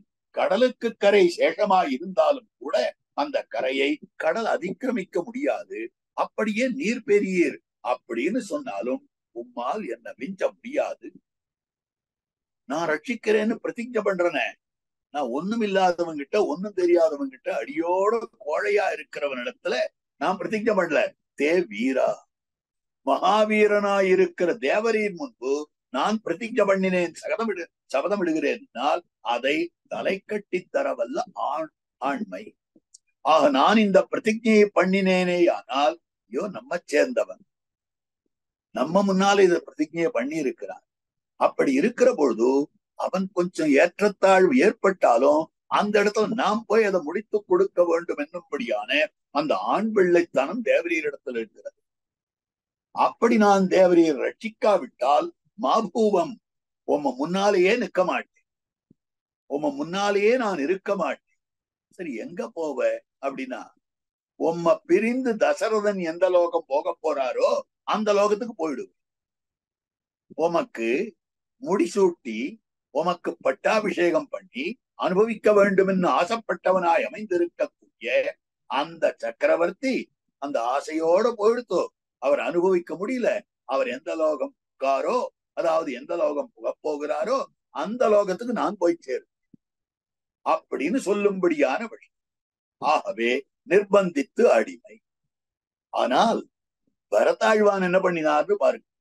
பரதாழ்வான் சேஷி உகந்த அடிமையே புருஷார். சேஷியாயிருக்கக்கூடிய பகவான் அவன் உகந்திருக்கக்கூடிய கைங்கரியம் எதுவோ அதுதான் புருஷார்த்தம். அப்ப நமக்கு எது புருஷார்த்தம்னா, சுவாமிக்கு எது பிடிக்குமோ அதை பண்ணவன். சுவாமிக்கு கைங்கரியம் பண்றோம், விசிறி வீசுற கைங்கரியம் பண்றோம். அந்த விசிறி வீசுற கைங்கரியம்னா கைங்கரியம் தான். அது அது எப்போன்னா வேர்க்கிற போதுதான். அவரே குளிரு 2 சால்வை சாத்தி கொண்டு உட்கார்ந்து கொண்டிருக்கிறார். அப்ப போய் விசிறி எடுத்து, சுவாமி தேவரீருக்கு இந்த கைங்கரியம் பண்ணணும், தேவரீர் இப்படி எழுந்தருளி இருக்கிறது, அவரோ ஜுவரம் குளிரு 2 சால்வை மேல போத்துன்னு படுத்துட்டு இருக்கார். அவரிடத்துல வந்து சிஷ்யன் வந்து, சுவாமி தேவரீருக்கு இந்த கைங்கரியம் பண்றேன்னு விசிறி வீச ஆரம்பிச்சான். அப்பா எனக்கு இந்த கைங்கரியம் அபேட்சிதம் இல்லை, இந்த கைங்கரியம் எனக்கு வேண்டாம். ஏனென்னால் இப்ப நான் ஜுவரத்துல நடுங்கி கொண்டிருக்கிறேன், அப்படி இருக்கிற பொழுது இப்படி ஒரு கைங்கரியம் பண்றேன்றியே அப்படின்னு அவர் சொன்னார்னு வச்சுக்கலாம். உடனே இந்த சிஷ்யன் சொல்லுவா, சுவாமி தேவரீருக்கு இந்த கைங்கரியம் பண்ணலன்னா இந்த கட்ட கடத்தேறாது. அப்பா நீ இந்த கைங்கரியத்தை பண்ணினாயே ஆனால் என்னுடைய இந்த கட்ட கடத்தேறி போயிடும் அப்படின்னு வர ஆச்சாரி. அப்ப பார்க்கிற போது என்ன தெரியறதுன்னா, அவனுகந்த அடிமை புருஷார்த்தம், அதைத்தான் அடிமை செய்ய வேண்டும் அப்படின்ற நிலையில தான் பரதாழ்வான் தாம் அமைந்திருக்கக்கூடிய விஷயம். இது எங்க காட்டப்படுகிறதுன்னா, பரதாழ்வான் ராமபிரானை மீளவும் எழுந்தருள பண்ணி கொண்டு சித்திரகூட பரிசரத்திலே ராமபிரான் எழுந்தருள் இருந்த போது அத்தனை பேரையும் அழைத்துக் கொண்டு ராமனை மீட்டு மீளவும் ராஜ்யத்துக்கு எழுந்தருள பண்ணி அவரை ராஜாவாக்கி தான் அடிமை செய்ய வேண்டும் என்கிற ஆசையோட அங்க புறப்பட்டு சென்றார். ஆனால் ராமபிரான் என்ன பண்ணினான், தன்னுடைய பாதுகளை மாத்திரம் கொடுத்து விட்டு அனுப்பிச்சுட்டான், திரும்பி வரவே இல்லை. அப்படி இருக்கிற பொழுது அவர் திரும்பி போகிற போது ரத்தத்து மேல ஏறினாராம். சகாமம் அனவாப்பிய, இதையும் வால்மீகி தான் சொல்ல. அந்த பரதாழ்வான் ஆசை நிறைவேறாமலே, அப்ப ஆசை நிறைவேறாமல் இருந்தான். ஆனா ரத்தத்துல ஏறுற போது என்ன பண்ணினான், ஆறுரோக ரதம் ரத்தத்தின் மீது சந்தோஷமாக ஏறினான் அப்படின்னு சொல்லும்படியான விஷயமாக அமைந்திருக்கு. அப்ப என்ன சந்தோஷம் அப்படின்னா, அந்த இடத்துல கட்டக்கூடிய விஷயம், இவனுக்கு கைங்கரியம் பண்ணாமல் நம்மால இருக்க முடியாதே அப்படின்றத பார்க்கல, அவன் நியமிச்சான் புறப்பட்டு போறேன். அப்ப இது பாரதந்திரியம். அப்ப பெருமாள் சாமானிய தர்மானுஷ்டானம் பண்ணினான், இளைய பெருமாள் சேஷத்துவத்திலே நிலை நின்றிருக்கக்கூடிய, பரதாழ்வான் பாரதந்திரியத்திலே நிலை நின்றிருக்கக்கூடிய. ராமன் என்ன நியமிக்கிறானோ, என்ன திருவுள்ளம் பத்துகிறானோ அதன் பிரகாரம் செய்ய வேண்டும். அப்ப அதுதான் அவன் உகந்த அடிமை, அதனை செய்ய வேண்டும். அவன் ராஜ்யத்துல இருன்னு சொன்னா இங்க இருக்க வேண்டும், நீ காட்டுக்கு வான்னு சொன்னா வர வேண்டும். அவன் என்ன நியமிக்கிறானோ அதன் பிரகாரம் செய்ய வேண்டும்னு பிரீத்தியோட மீண்டானிலே அப்படின்னு காட்டியிருக்கிறார் பீவாச்சான். ஆக அப்படி இருக்கக்கூடிய நிலையிலே இந்த பரதாழ்வான தவிர மத்தொன்ன தெரியாதவனாவன் அவன் தான் சத்ருக்னாழ்வான்னு காட்டப்படுகிறான். பரதனை தவிர மத்தொன்னையும் தெரியாது இருக்கிறாரே, அப்படிப்பட்டவன் பகவத் சேஷத்துவத்தினுடைய எல்லையிலே இருக்கக்கூடிய. ஆக திருமந்திரம் பகவத் சேஷத்துவத்தை சொல்லுகிறது. அந்த திருமந்திரம் பகவத் சேஷத்துவத்தை சொன்னாலும் அதனுடைய எல்லையான பகவத் சேஷத்துவத்தினுடைய எல்லையான பாகவத சேஷத்துவத்திலே நான் நின்னேன். திருமங்கையாழ்வாருடைய பாசுரம். திருக்கண்ணபுரம் எழுந்தருளினார். திருக்கண்ணபுரம் சௌரி பெருமான பார்த்தார். சௌரி பெருமான பார்த்து மத்துமோர் தெய்வம் உளது, கிடையவே கிடையாது, இருக்குன்னு சொல்றாளே, உளதென்று இருப்பாரோடு நான் உற்றிலே, மத்துமோர் தெய்வம் உளதென்று இருப்பாரோடு உற்றிலே. அப்ப என்ன ஆனீர், நின் திருவட்டெழுத்தும் கத்துனா. இந்த அர்த்தத்தை எது சொல்றதுன்னா, ஓங்காரம், நமஹா, நாராயணாயா, இதெல்லாம் சொல்ற. அப்ப என்ன ஆனீர், இதை கற்றுக்கொண்டு என்ன ஆனீர், எனக்கு அடிமையானீரா? இல்லை, ஒத்ததும் உன் அடியார் கடிமை, நின் திருவட்டெழுத்தும் திருத்தெழுத்தும் கத்துனான் உத்ததும் உன் அடியார்க்கடிமைன்னு. மற்றெல்லாம் பேசிலும் நின் திருவிட்டெழுத்தும் கற்றுனான். திருவிட்டெழுத்து எல்லாத்தையும் தான் பேசுறது. இந்த ஆத்மா பகவத் சேஷபூதன், பகவத் பரதந்திரன், பகவதேக போகன் எல்லாம் சொல்லி. ஆனால் எனக்கு மொத்தம் பாகவத விஷயத்துல ஆக நமசப்தார்த்தமாக அமைந்திருக்கக்கூடியது. சங்காத்தியதையும் சேர்த்து சொல்றேன். இதுவும் இதுல இருக்கிறார். மணவாள மாமனிகள் வாய்த்த திருமந்திரத்தின் மத்தியமமாம் பதம் தீர்த்த மதுரக விஷயங்களை ஆரியர்கள் தாங்கள் அருளி செயல் நடுவே சேர்வித்தார் தாற்பயம் தேர்ந்து அப்படின்னு காட்டக்கூடிய திருவாக்காக அமைந்திருக்கிறது. அப்போ திருமந்திரத்தில் நடுப்பதமாயிருக்கக்கூடியது நமகா. இந்த நமப்பதத்துல பகவானே உபாயம் என்று அந்த விஷயம் காட்டப்படுகிறது. ஸ்வரட்சணே சுவான்வயம் கூடாது என்கிற விஷயம் காட்டப்படுகிறது. நாம பகவானையே உபாயமாக கொள்ள வேண்டியவர்கள், நம்மை நாம் காப்பாற்றிக் கொள்ள பிராப்தியற்றவர்கள். அந்த அர்த்தத்தை எல்லாம் காட்டியாச்சு. இந்த அர்த்தம் வந்த போது சர்வாத்மனா அகங்கார மமகாரங்கள் கழிந்து பாரதந்திரிய ஸ்வரூபம் பிரகாசிக்கிறது. ஆத்மஸ்வரூப யாதாத்மியம் பிரகாசிக்கிற இடத்துல என்ன சொல்றாருன்னா, இங்கு பாகவத சேஷத்துவம் அனுசந்தேயம். நமசப்தத்துல பாகவத சேஷத்துவம் அனுசந்தேயம். அப்ப பாகவத சேஷத்துவத்தை காட்டக்கூடிய நமகா நடுவுல இருக்கு. 6000 பாசுரங்கள் இருக்கின்றன. அதுல திருப்பல்லாண்டு தொடங்கி அமலநாதிபிரான் அளவாக ஓங்காரார்த்தம், பிரணவார்த்தம். அடுத்தது கண்ணினும் சிறுத்தாம்பு நமசப்தார்த்தம். அதற்கு அடுத்தபடியாக அமைந்திருக்கக்கூடிய பெரிய திருமொழி தொடங்கி திருவாயுமொழி பரியந்தமாக இருக்கக்கூடிய பாசுரங்கள் இதெல்லாம் நாராயணாய சப்தார்த்தம் நம் பூர்வர்கள் காட்டி கொடுத்திருக்கிறார். அப்ப பார்க்கிற பொழுது இந்த நமஹா என்கிற சப்தத்தினுடைய அர்த்தம்தான் கண்ணினும் சிறுத்தாம்பு. அதனால இது எங்கு வைக்கப்பட்டிருக்கிறதுனால் அருளி செயல் நடுவிலே வைக்கப்பட்டிருக்கு. வாய்த்த திருமந்திரத்தின் மத்தியமமாம் பதம் போல் சீர்த்த மதுரக விஷயங்களையை ஆர்த்தவர்கள் ஆரியர்கள் தாங்கள் அருளி செயல் நடுவே சேர்வித்தார் தாற்பயம் தேர்ந்து என்று காட்டுகிறார் மணவாளமாம். அப்படி இருக்கக்கூடிய அந்த பாகவத சேஷத்துவம் அமைந்திருக்கிறதே அதை காட்டக்கூடியது. அந்த மதுரகவியாழ்வாருக்கு நிதர்சனமாக யாரை சொல்ல வேண்டும் என்னால் சத்ருகனாழ்வானை சொல்ல வேண்டும். அதுக்குன்னு ஒரு ஸ்லோகத்தை எடுத்து, அற்புதமான ஸ்லோகத்தை எடுத்து வியாக்கியானம் பண்றார் பெரியவாச்சு. கச்சதா மாதுல குலம் பரதேன ததானகா சத்ருக்னஹா நித்திய சத்ருக்னஹா நீதஹா பிரீத்தி புரஸ்கிருதா. பரதாழ்வான் அவனை அழைத்துக் கொண்டு செல்வதற்காக அவனுடைய அம்மானான தாய்மாவனாய் அமைந்திருக்கக்கூடிய யுதாஜித்து தான் வந்தான். அந்த யுதாஜித்தோட பரதாழ்வான் புறப்பட்டு போனான். அப்ப அந்த பரதாழ்வான் போகிற போதே சத்ருகனாழ்வான், பரதாழ்வானுடைய அம்மான் வீட்டுக்கு சத்ருகனாழ்வான் போனான். பரதாழ்வானாலே சத்ருகனாழ்வான் அழைத்து செல்லப்பட்டான். பாபமற்றவனான சத்ருகனாழ்வான் அழைத்து செல்லப்பட்டான். நித்திய சத்ருக்களை ஜெயித்தவனாயிருக்கக்கூடிய சத்ருகனாழ்வான் அழைத்து செல்லப்பட்டான். ஆசையோடு சென்றான் அவன் பின்னால். இத்தனையும் காட்டியிருக்கிறார் இந்த ஸ்லோகத்துல. இதுக்கு அதி விபுலமான வியாக்கியானத்தை பெரியவாச்சான் தான் பண்ணியிருக்கிறார். கச்சதா போச்சே போனான், போகிற போது போனான். அப்படின்னா வேற ஒண்ணும் கிடையாது. அந்த இடத்துல போய் அங்க போய் அனுபவிக்கிறதுக்கு ஒண்ணும் கிடையாது. பரதாழ்வானுக்கு அங்க போய் அனுபவிக்கிறதுன்னா அம்மானுடைய வீடு, அவனுடைய பாட்டனாருடைய தாய் வழி பாட்டனாருடைய வீடு. ஆனால் சத்ருகனாழ்வானுக்கு அதுக்கு ஒன்றும் சம்பந்தம் இல்லையே. சத்ருகனாழ்வான் சுமித்ரா தேவியினுடைய பிள்ளைதானே. அப்படிப்பட்டவனுக்கு அங்கு போய் அனுபவிக்கிறதுக்குன்னு ஒண்ணும் இல்லையே. அப்படி இருக்கிற போது இந்த இடத்துல அவன் போகிற போதே தான் பிரயோஜனம், அவன் போவதே பிரயோஜனமாக இருந்தது, அவனோட கூட போறதே பிரயோஜனமாக இருந்தது அப்படின்னா. அப்ப அவன் போற போது போனான்னா பரதாழ்வான் அவனை யுதாஜித்து அழைத்துக் கொண்டு செல்ல போகிற போது தசரதன் இடத்துல போயிட்டு வர்ற மாதிரி கேட்டு, அதே மாதிரியாக இவன் கைகேயின் இடத்துல போயிட்டு வர்ற மாதிரி கேட்டு, அந்த மாதிரி சத்ருகனாழ்வான் தான் முதல்ல கேட்கவே இல்லை. சுமித்திரையனோட கேட்டிருக்கணுமா வேண்டாமா? அவன் கேட்கவே இல்லை. இவன் புறப்படுத்தே கூடவே போயிட்டான்னாக்கா, பாரு சொல்லாத கொள்ளாத போயிட்டான், அவன் போனானா கூடவே இவனும் போயிட்டான் அப்படின்னு தானே சொல்லுவான். அந்த மாதிரி சென்றிருக்கக்கூடிய விஷயம்.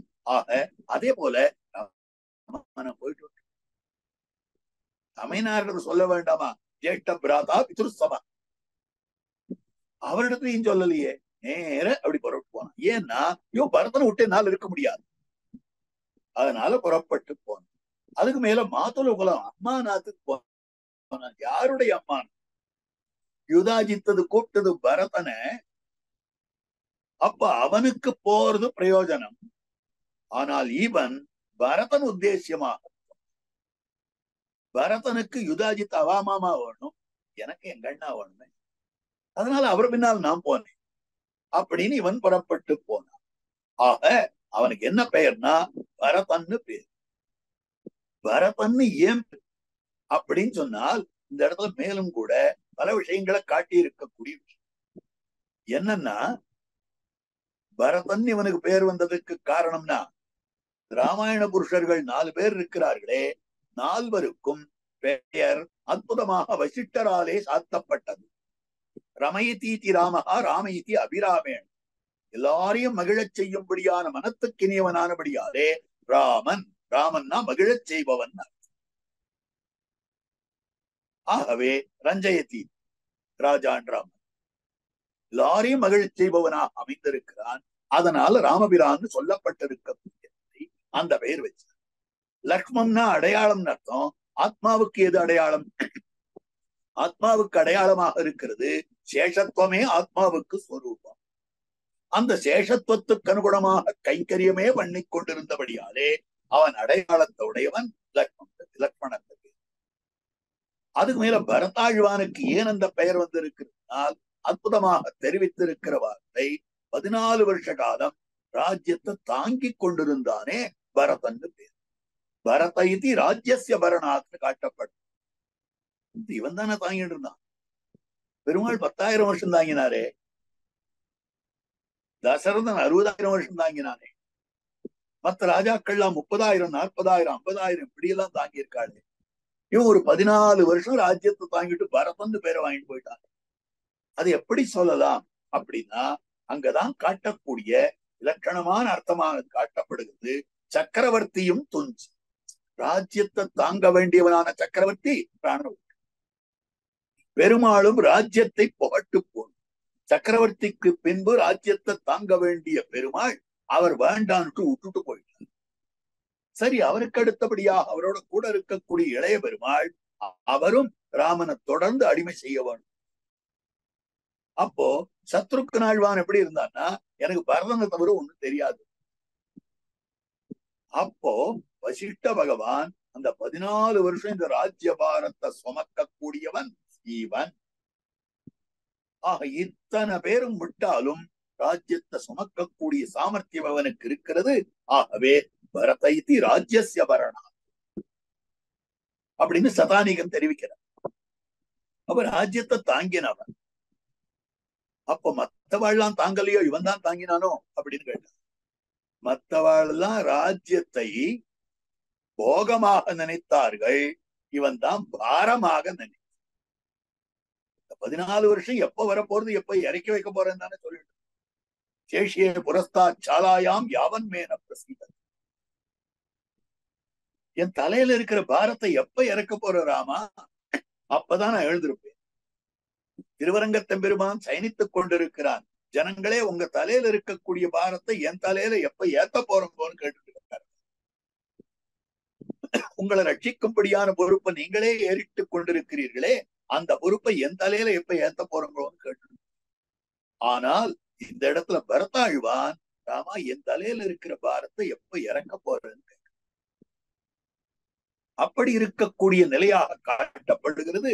ஆகவே பரதாழ்வான் அவனுக்கு பெயரிடப்பட்ட பரதேன அப்படிப்பட்ட பரதாழ்வானாலே ததா அப்பவே அழைத்து செல்ல, அவன் போகிற போது போனான், அப்பவே அழைத்து செல்லப்பட்டான். ரெண்டும் ஒரே அர்த்தம். போகிற போது போனான், அப்பொழுதே போனான். 2 வார்த்தை என்னது? இது ஒரு காரணம். 2வது, அப்பொழுதே போனான்னா மற்றொரு அர்த்தம் காட்டும். 2 அர்த்தத்தையும் சொல்லும். ஒரர்த்தம், அதாவது 2 பேரும் ராஜகுமாரர், 2 பேருக்கும் நட்சத்திரத்துல பேதம் இருக்கு. அப்ப 2 பேருக்கும் ஒரே நாள் பொருந்தாது. பரதாழ்வானுக்கு ஒரு நாள் பொருந்தும், சத்ருக்னாழ்வானுக்கு மற்றொரு நாள் பொருந்தும். ஆகவே பரதாழ்வான் போய் எங்கேயாவது பரஸ்தானம் பண்ணி விட்டு இருக்கட்டும், சத்ருக்னாழ்வான் போய் சேர்த்து கொள்ளட்டும் சொல்லதி. சத்ருக்னாழ்வான் பரதன் என்னைக்கு போனானோ அன்னைக்கே போனான். பிரித்து முகூர்த்தமிட்டு போக பிராப்தமாய் இருக்கிறது. ஆனாலும் கூட பரதன் போனதுதான் எனக்கு முகூர்த்தம் அப்படின்னு போனான். அதுதான் போகிற போதேன்றதுலயே சொல்லப்பட்டிருக்கிறதோ. அப்படின்னா இந்த இடத்துல தெரிவிக்கக்கூடிய விஷயம், மற்றொரு பிரயோஜனம் இல்லாமல் பரதாழ்வானே பிரயோஜனம் போனா அதுதான் கச்சதான்ற இடத்துல சொல்லிச்சு. அப்படின்னா என்ன அர்த்தம்? தனக்கு ஒரு பிரயோஜனம் இல்லை, அவனுடைய பிரயோஜனமே பிரயோஜனம் அப்படின்னு போனபடியாலே தன்னுதுன்னு ஒண்ணும் கிடையாதுன்னு சொன்னாங்க இல்லையோ, மமகாரம் போய்விட்டது அப்படின்னு சொல்லும்படியான. மமகாரம் எப்படி போச்சு? அப்பவே போனா தனக்குன்னு ஒரு நாள் பார்க்கலையோ இல்லையோ, தான் ஒருத்தன் இருக்கிறதாவே தெரியலையே. உடைவாளோட கப்போனான் காட்டு. ஆக நாம புறப்படுறோம், வெளியூருக்கு போகிறோம், நமக்கு நாள் பார்க்கிறோம். ஆனால் நம்ம கையில இருக்கிற பொட்டிக்கு நாள் பார்க்கிறோம், பைக்கு நாள் பார்க்கிறோமோ, சூட்கேஸுக்கு நாள் பார்க்கிறோம். அந்த மாதிரியாக உடைவாளோட கப்போனா அப்ப அகங்கார நிபுணர் என்னதுன்னு ஒண்ணும் இல்லை, அவன் போற போது போன தன்னதுன்னு ஒண்ணும் இல்லை. அதே மாதிரியாக தான் ஒன்றாக நினைக்கல, அகங்காரமும் இல்லாமல் இருக்கக்கூடியது. கச்சதா மாதுலகுலம் பரதேன ததா அனகா. அனகா பாபம்ன்றது என்னதுன்னு கேட்டான். எது அடைய வேண்டியதை தடுக்கிறதோ அது பாபம்னு சொல்லப்பட்டிருக்கு. அப்ப இந்த இடத்துல பரத கைங்கரியம் இவனுக்கு அடைய வேண்டியது, அதை தடுக்கிறது எதுன்னாக்கா ராமனுடைய அழகு. ராமனிடத்துல பக்தி இருந்ததே ஆனால் பரத கைங்கரியம் விட்டு போயிடும் இல்லையோ. அதனால ராம பக்தியே பாபம். அகம்னா பாபம் அர்த்தம். அனகா பாபம் இல்லாதவன், ராம பக்தியாகிற பாபம் இல்லாத. ராம பக்திய பாபம்னு சொல்லலாமோ? எது நம்ம அடையறதுக்கு தடையா இருக்கும்? பகவத் கைங்கரியத்துக்கு தடையாக இருக்கக்கூடிய பகவானுடைய அழகே வேண்டாம்னு சொல்லு. சௌந்தர்யம் அந்தராயம், சௌந்தர்யம் தான் தடை. அப்போ பகவத் கைங்கரியத்து பகவானுடைய சௌந்தர்யம் இருக்கிற போது தடையா, பகவத கைங்கரியத்துக்கு நிச்சயமாக தடையாக இருக்கு. அதனால ராம சௌந்தரியத்தினால அவன் ஈடுபடவே மாட்டான். அதனால அந்த பாபம்னு சொல்ற. புண்ணியம் பாபத்தை விட நல்லதா இருந்தாலும் கூட வேதாந்தம் அஸ்வைவரோமாணி விதூய பாபம், இந்த ஜீவாத்மா புண்ணியங்கள் பாபங்கள் இரண்டையும் விட்டு விடுகிறான் என்று சொல்லுகிற போது, குதிரை எப்படி தன்னுடைய ரோமங்களை உதிர்த்து விடுகிறதோ அதே மாதிரியாக இந்த ஜீவாத்மாவானவன் தன்னுடைய பாபங்களை உதிர்க்கிறான்னு சொல்லிட்டு வேதாந்தம். பாப புண்ணியங்களை உதிர்க்கிறான்னு சொல்ல வேண்டியதுதானே? இல்லை இல்ல, புண்ணியமும் பாபம்தான். ஏனென்றால் அதுவும் மோட்சத்துக்கு தடை. அதே போல சத்ருக்னாழ்வானை பொறுத்த வரைக்கும் ராம பக்தியும் கூட பாபமாக அமைந்திருக்கிறது. அனகா சத்ருக்னா. அப்போ இவர் நித்திய சத்ருவை ஜெயித்தவராய் இருக்கிறார். இந்திரிய ஜெயத்திலே மிகவும் உயர்ந்தவராய் இருக்கிறார். அந்த இந்திரிய ஜெயத்தினுடைய எல்லை எதுன்னா, எல்லாரையும் ஈர்க்கக்கூடிய பும்சாம் திருஷ்டிச்சித்தாபகாரணம் என்று சொல்லக்கூடியதான அந்த ராம சௌந்தரியத்திலேயும் ஈடுபடாமல் இருந்தாரானபடியாலே நித்திய சத்ருவை ஜெயித்தார். நீதா, ராஜாக்கள் போகும்போது உடைவாளை எடுத்துக்கொண்டு செல்லுவார்களே, அந்த மாதிரி சென்றான் இவன். அழைத்து செல்லப்பட்டான். அப்படி அழைத்து செல்லுகிற போது, இவன் பெரியவன், இவனோட கூட நாம போகணும் அப்படின்ற எண்ணத்துல போனான்னா அதுக்கு மேல ஆசையோடு சேர்ந்திருக்கு. ஜேஷ்டானு, அதாவது முன் பிறந்தவனுக்கு கைங்கரியம் பண்றது என்னுடைய கடமை அப்படின்னு போனான். இல்லை, அகம் சர்வம் கரிஷ்யாமி, இளையபெருமாள் போனாரே அந்த மாதிரி போயிருக்கிறான்னு எல்லா கைங்கரியங்களையும் பண்ணலாம். ஊர்ல இருந்தா எல்லா கைங்கரியமும் கிடைக்காது, அங்க போனா எல்லா கைங்கரியங்களும் கிடைக்கும். இளையபெருமாள் போனார் போலே இவனும் சென்றிருக்கக்கூடிய நிலை என்ன அற்புதமாக இதனை காட்டியிருக்கிறார். இதனுடைய வியாக்கியானமாக பெரியவாச்சான். அப்படிப்பட்ட பாவனத்துவத்தாலும் போக்கியத்துவத்தாலும் பற்றினவன். அனகா பாபமில்லாதவன். ஆக அந்த பாபம் எதனால இல்லைன்னா பரதாழ்வான பத்தினால், அதனால புனிதத்தன்மை ஏற்பட்டிருக்கக்கூடியது. நித்திய சத்ருக்னஹா, எப்பவும் அவனையே பற்று கொண்டிருக்கிறான், மற்ற விஷயங்களை பற்றுவதில்லை என்றபடியாலே பரதாழ்வானுடைய போக்கியத்தை இது ரெண்டத்தையும் காட்டி இருக்கக்கூடிய விஷயம். இவ்வளவு பரதனிடத்துல ஈடுபட்டு இருக்கிறானே, அப்ப ராமனுக்கு இவன் பேர்ல ஆசை இருப்பான். ஏன்னா என்ன திரும்பி கூட பார்க்கல, பரதன் முதுகையே பார்த்துட்டு இருக்கான். இவன் இப்படிப்பட்டவனிடத்துல நான் ஆசை வைப்பானா அப்படின்னால் அந்த இடத்துல பெரியவாச்சான்கள் காட்டினார். அற்புதமான விஷயமாக அமைந்திருக்கிறது. சத்ருக்னாழ்வான் பெருமாளுக்கு நல்லனானபடி அவனை அல்லது அறியாத பரதாழ்வானை அல்லது வேறொன்று அறியாதபடியாக. சத்ருகனன் எப்படி பெருமாளுக்கு நல்லவன் நல்லவன் மனசுல படுறது? என்ன தவிர மத்தொன்னு பரதனுக்கு தெரியாது. அந்த பரதனை தவிர சத்ருகனுக்கு இன்னொன்னு தெரியாதோ இல்லையோ, அதனால அவன் எனக்கு நல்லவன் அப்படின்னு சொல்லும்படியான வழி. அப்படிப்பட்ட சத்ருக்னாழ்வானை போலே இருக்கிறவர் தான் ஸ்ரீ மதுரகவி ஆழ்வார். ஆக இப்படி ஸ்ரீ சத்ருக்னாழ்வானை போலே இருப்பார் ஒருவராயித்து ஸ்ரீ மதுரகவிகள் என்ன அற்புதமாக வியாக்கியானம் பண்ணியிருக்கிறார். இப்போ இவர்கள் பாகவதர்கள் எதனால வணங்கத்தக்கவர்கள் அப்படின்னா பல காரணங்கள் காட்டப்பட்டிருக்கிறது. இனி இவருக்கு ததீயர் உத்தேசியம் இடத்தில் தெரிவிக்கிறார். பகவத் சம்பந்தத்தை பார்த்து மட்டுமே விஷயகாரம் பண்றார்.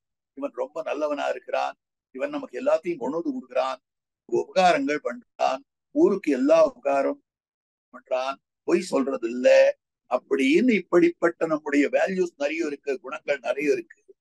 அதை பார்த்து அங்கீகாரம் பண்றாளான்னா இல்ல இல்ல, இவன் பகவானுடைய சொத்து, பகவானோடு சம்பந்தம் இருக்கிறவன், இவன் பகவானுக்கு ஆக்க வேண்டும் என்று அந்த ஒரே காரணத்துக்காகவே அங்கீகாரம் பண்ணுகிறார்களோ இல்லையோ, அதனால பகவத் சம்பந்தம் மாத்திரத்தாலேயே, பகவத் சம்பந்தம் மட்டினாலேயே விஷயீகாரம் பண்ணுகிறார்கள் பாகவத். அதுக்கு மேல அந்த பகவத் விஷயத்துல இப்பொழுது அவனுக்கு அமைந்திருக்கக்கூடிய அவகாசிப்பு, அப்படி அவனை இழுத்து விட்டு பெருமாளை சேவிக்கலாம், பெருமாளை அடையலாம், பெருமாளை ஸ்தோத்திரம் பண்ணலாம், இந்த பாசுரம் சொல்லலாம் அப்படின்னு சொல்லி அவனிடத்துல பகவானிடத்துல ஈடுபடுத்துகிறான்.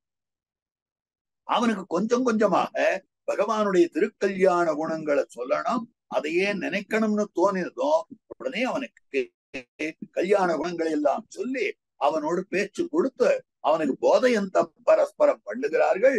இது மூன்றாவதாக அமைந்திருக்கிறது, பொதுபோக்குக்கு துணையாக அமைந்திருக்கு. அடுத்தது எத்திர பூர்வே சாத்தியாஸ்தந்தி தேவாகா என்னும்படியான நிலையிலே பகவான் அனுபவிக்கிற தசை. பகவான் அனுபவிக்கும்படியான அந்த தசையில என்ன ஆகுதுக்கா, பகவத் அனுபவத்துக்கு கூடவே இருக்கு. பெருமாளை சேவி என்னமா இருக்காரு, இந்த அழகப்பார், இந்த அழகப்பார் இப்படி இருக்காரு இல்லையா அப்படின்னு அவனோட பேசி பகவத் அனுபவத்துக்கு கூடவே துணையாக இருக்கிறார்கள். அப்போ பல உபகாரம் பண்ணிருக்கிறபடியாலே எல்லா நிலையிலேயும் பாகவதர்கள் தான் நமக்கு உத்தேசியர்கள், பாகவதர்கள் தான் பற்றத்தக்கவர்கள் அப்படின்றத உறுதியாக கொண்டிருந்தார் மதுரகவி ஆழ்வார். அதனால ஸ்ரீ வைஷ்ணவர்கள் எல்லாரும் மதுரகவி ஆழ்வாரை அங்கீகாரம் பண்ணுவதற்கு முன்னால ஆழ்வார் அங்கீகாரம் பண்ணார். நம்பினேன் பிறர் நண்பொருள் தன்னையும் நம்பினேன் விடவாரை முன்னலாம் செம்பன் மாட திருக்குருவூர் நம்பிக்கன்பனாய் அடியேன் சதித்தேன். அப்ப ஆழ்வார் முதல்ல விஷயகாரம் பண்ணிட்டார். பாகவதாளெல்லாம் கொண்டு ஆச்சாரியனிடத்தை சேர்க்க வேண்டியிருக்க ஆழ்வார் தாமே என்னை விஷயகாரம் பண்ணி தெரியாத விஷயங்களை எல்லாம் தெரிவித்து பகவத் விஷயத்திலே ஈடுபடும்படியாக செய்தவர் மகோபகாரகர் ஆழ்வார். அதனால ஆழ்வாரையே எல்லாமாக பற்றுகிறார் அப்படின்னு சொல்லும்படியான அற்புதமான அவதாரிகா பிரகரணத்தினுடைய விலட்சணமான தன்மையாக அமைந்திருக்கு. அப்போ ரிஷிகளை காட்டிலும் ஆழ்வார்கள் உயர்ந்தவர்கள், அந்த ஆழ்வார்கள் எல்லாரையும் காட்டிலும் மதுரகவி ஆழ்வார் உயர்ந்தவர் என்னும் அதற்கு மேற்பட அந்த மதுரகவி ஆழ்வார் அருளி செய்திருக்கக்கூடிய கண்ணினஞ்சிறுத்தாம்புக்கு விஷயமாக ஆழ்வார் மட்டுமே இருக்கிறார் என்னும்படியான விஷயம் ஸ்ரீராமாயண புருஷர்களுக்குள்ளே சத்ருக்னாழ்வானுடைய படி மதுரகவி ஆழ்வாருடைய படியாகத்தான் அமைந்திருக்கிறது என்கிற விஷயமும் விலக்கணமாக காட்டப்பட்டிருக்கக்கூடியது. இதுல முதல் பாசுரம் கண்ணினும் சிறுத்தாம்பினால் கட்டுண்ண பண்ணிய பெருமாயன் என்னப்பனில் அன்னி தென்குருகூர் நம்பி என்னக்கால் அன்னைக்கும் அமுதூரும் என்னாவுக்கேன்னு காட்டுகிறார். இதுல எதை காட்டுகிறார்னால் ஆழ்வாருடைய எல்லையற்ற இனிமை. அதுக்கு பேர் தான் நிரதிசய போக்கியத்தைன்னு பேர்.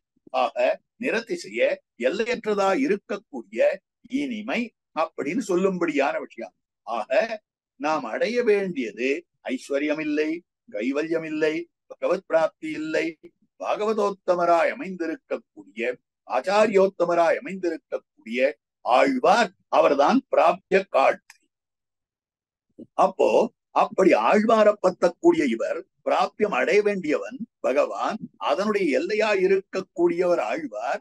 அப்ப பிராப்திய காட்டையை பற்றுபவர் இவர் என்ன பண்றார்னா, முதல்ல என்ன பண்றார், கஞ்சிரு தம்பினால் கட்டுண்ண பண்ணிய பெருமாயன், தாம்பக்கயத்தால கட்டி பட்டவனாய் அமைந்திருக்கக்கூடிய கிருஷ்ண வைபவத்தை எம்பேச எடுத்த உடனேயே தென்குருகூர் நம்பி என்ன கால் அன்னைக்கும் அமுதூரும், திருக்குருகூர் நம்பியாயிருக்கக்கூடிய ஆழ்வார்னு சொன்னாலே என்னுடைய நாக்கு அவ்வளவு இனிக்கிறதுன்னு சொல்ல வேண்டியவர் இதை சொல்லுவதற்கு என்ன காரணம்? ஆழ்வார் இனியவர் அப்படிங்கிற எவ்வளவு இனியவர். சர்க்கரையை காட்டில இனிப்பா இருப்பார், கற்கண்ட காட்டிலும் இனிப்பா இருப்பார், பழத்த காட்டிலும் இனிப்பா இருப்பார், தேனக்காட்டிலும் இனிப்பா இருப்பார். ததி மதுரம் மது மதுரம் சிதாபி மதுரம் திராட்சா மதுரம் மதுராதபி மதுரதரா மதுரா நாதஸ்ய பதவசிய கதா மது. ஆடத்தயிர் இனிமையாக இருக்கும், தேன் இனிமையாக இருக்கும், திராட்சை இனிமையாக இருக்கும், கற்கண்டு இனிமையாக இருக்கும். இப்படிப்பட்ட இனிய பொருள்களை எல்லாம் எடுத்து கழித்து மதுராநாதனான கிருஷ்ணனுடைய வைபவம் இனிமையாக இருக்கும், அவனுடைய கதை இனிமையாக இருக்கும் அப்படின்னு சொல்லும்படியான விஷயமாக அமைந்திருக்கு. அப்போ இனிமையான பொருள்களை சொல்லணும்னா எடுக்கச்சே கண்ணனை சொல்லிட முடியல. எடுக்கச்சே சாமானிய வஸ்துக்களுடைய இனிமையெல்லாம் சொல்லி இது இல்லை இது இல்லை இது இல்லை இது இல்லை அப்படின்னு கழித்து கடைசியில கண்ணன்னு சொல்லணும். இப்ப இவர் என்ன பண்றார், ஆழ்வார் இனியவர்னாக்கா அந்த கண்ணனையும் எடுத்து கழித்து ஆழ்வார் இனியவர். அப்ப பார்க்கிற போது இந்த இடத்துல தெரிவிக்கக்கூடிய வார்த்தை ஆழ்வாருக்கு துல்லியமாக கிருஷ்ணனுடைய இனிமையும் சொல்ல முடியாது என்று போக்கியதாதிசயம் தோத்துகிறது முதல் பாசுரம். அடுத்தபடியாக ஆழ்வாருக்கு எது பிடிக்கும்? ஆழ்வாருக்கு கண்ணனைத்தான் பிடிக்கும், கிருஷ்ண வைபவம் தான் பிடிக்கும். அப்ப ஆழ்வாருக்கு பிடிச்சது சொல்ல வேண்டாமா? ஆழ்வாரை சந்தோஷப்படுத்த வேண்டும் என்னால் ஆழ்வாருக்கு பிடிச்சது சொல்லணும். அதனால கிருஷ்ண வைபவத்தை சொல்லுவேன். எத்திர முரளினோடு இணைந்திருந்தேங்கிய எளிவே. எவ்வளவு ஈடுபட்டார் கிருஷ்ணாவதார். கிருஷ்ணன் நினைச்சார், கட்டுப்பட்டா நினைச்சார், உடனே கிழவுண்டார். பிறந்தவாறும் வளர்ந்தவாறும் பெரிய பாரம் கை செய்து ஐவர்க்கு திறங்கள் காட்டியிட்டு செய்த போன மாயங்கள். ஆக இதுதான் கிருஷ்ணனிடத்துல ஆழ்வாருக்கு இருக்கிற ஈடுபாடு. வையவே நிலையும் வந்து என் உயிரை உருக்குங்களே, என்னுடைய உயிரை உரிட்டுள்ளதே. நெய்யுன் வார்த்தையுள் அன்னை போல் கொள்ள நீயும் தாமரை கண்கள் நீர் மல்க பாகிய நிலையும். நெய் சாட்டையா கிருஷ்ணா, நெய்ய உண்டு விட்டாயா கிருஷ்ணான்னு சொல்லி யசோத பிராட்டி கையிலே கோல கொண்டு அடிக்க வருகிற போது ஓன்னு அழுதானே, அந்த நிலையை பார்த்து நான் உருகி போயிட்டேன்.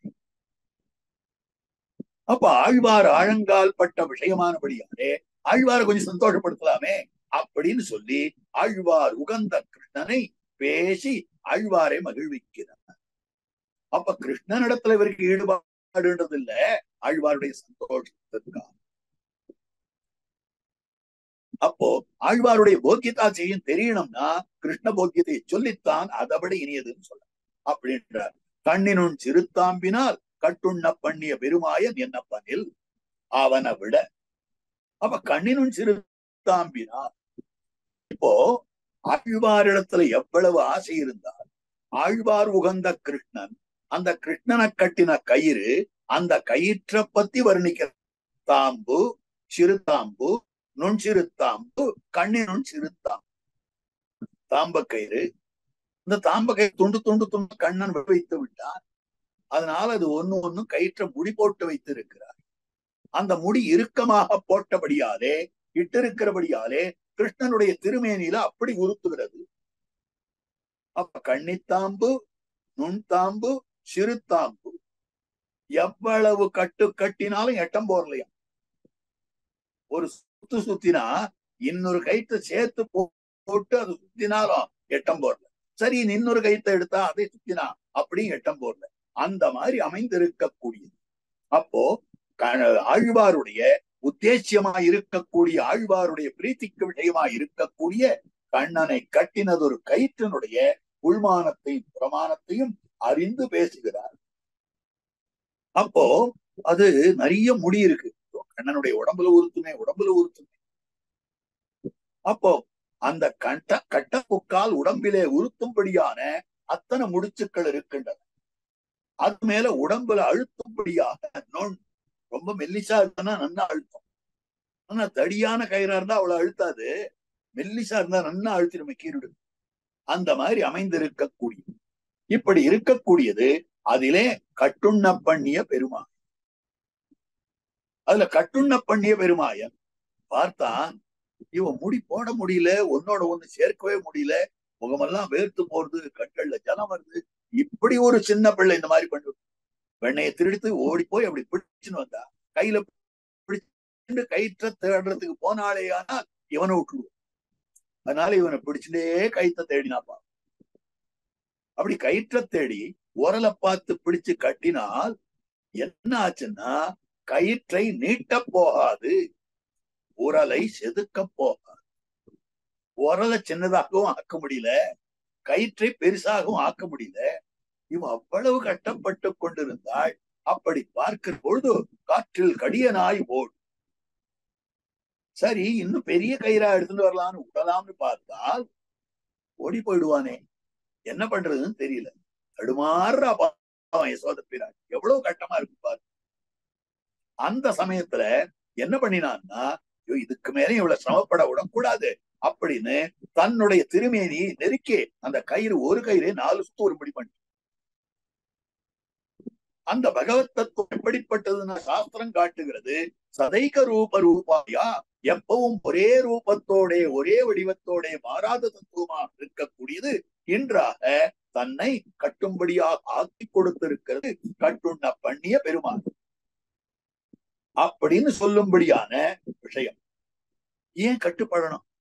அது அப்படியே இருந்தா விட்டுட்டு போயிடுவாளே அப்படின்னா, எதுக்காக நான் வந்து பிறந்தேன்? இதுக்காக நான் வந்து பிறந்தேன்.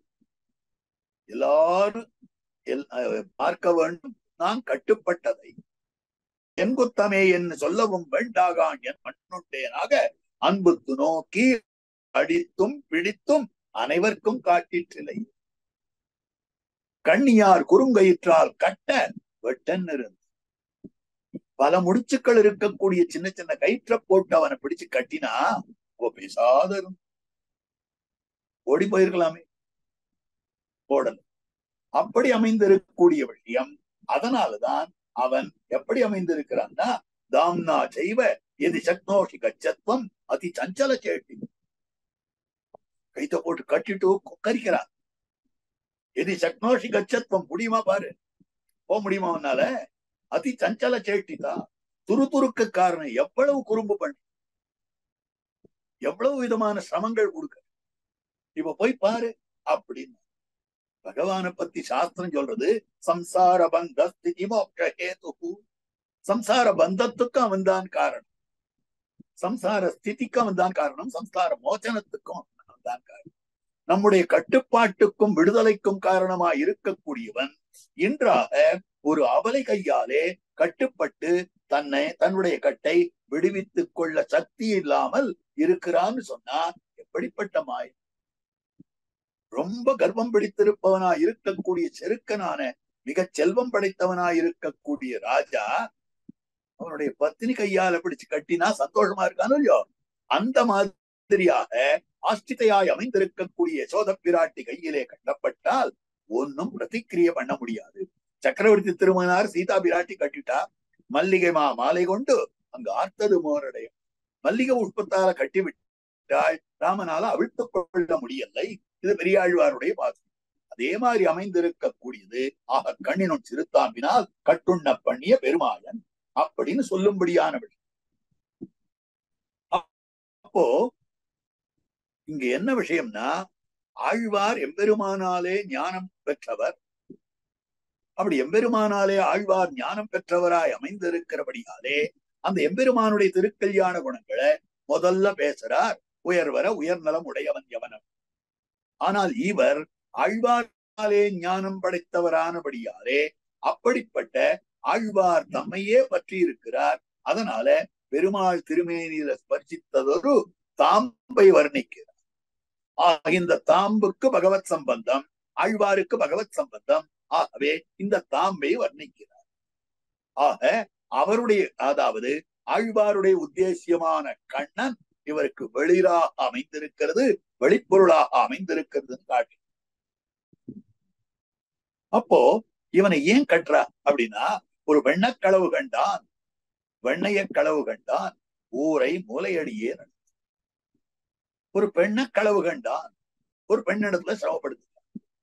வெண்ணைய திருடி புஜித்து விட்டான், ஊரை மூலையடியே நடத்தி, ஊர்ல இல்லாத அநியாயங்கள்லாம் பண்ணிட்டு அப்படின்னு சொல்லும்படியான விஷயம்.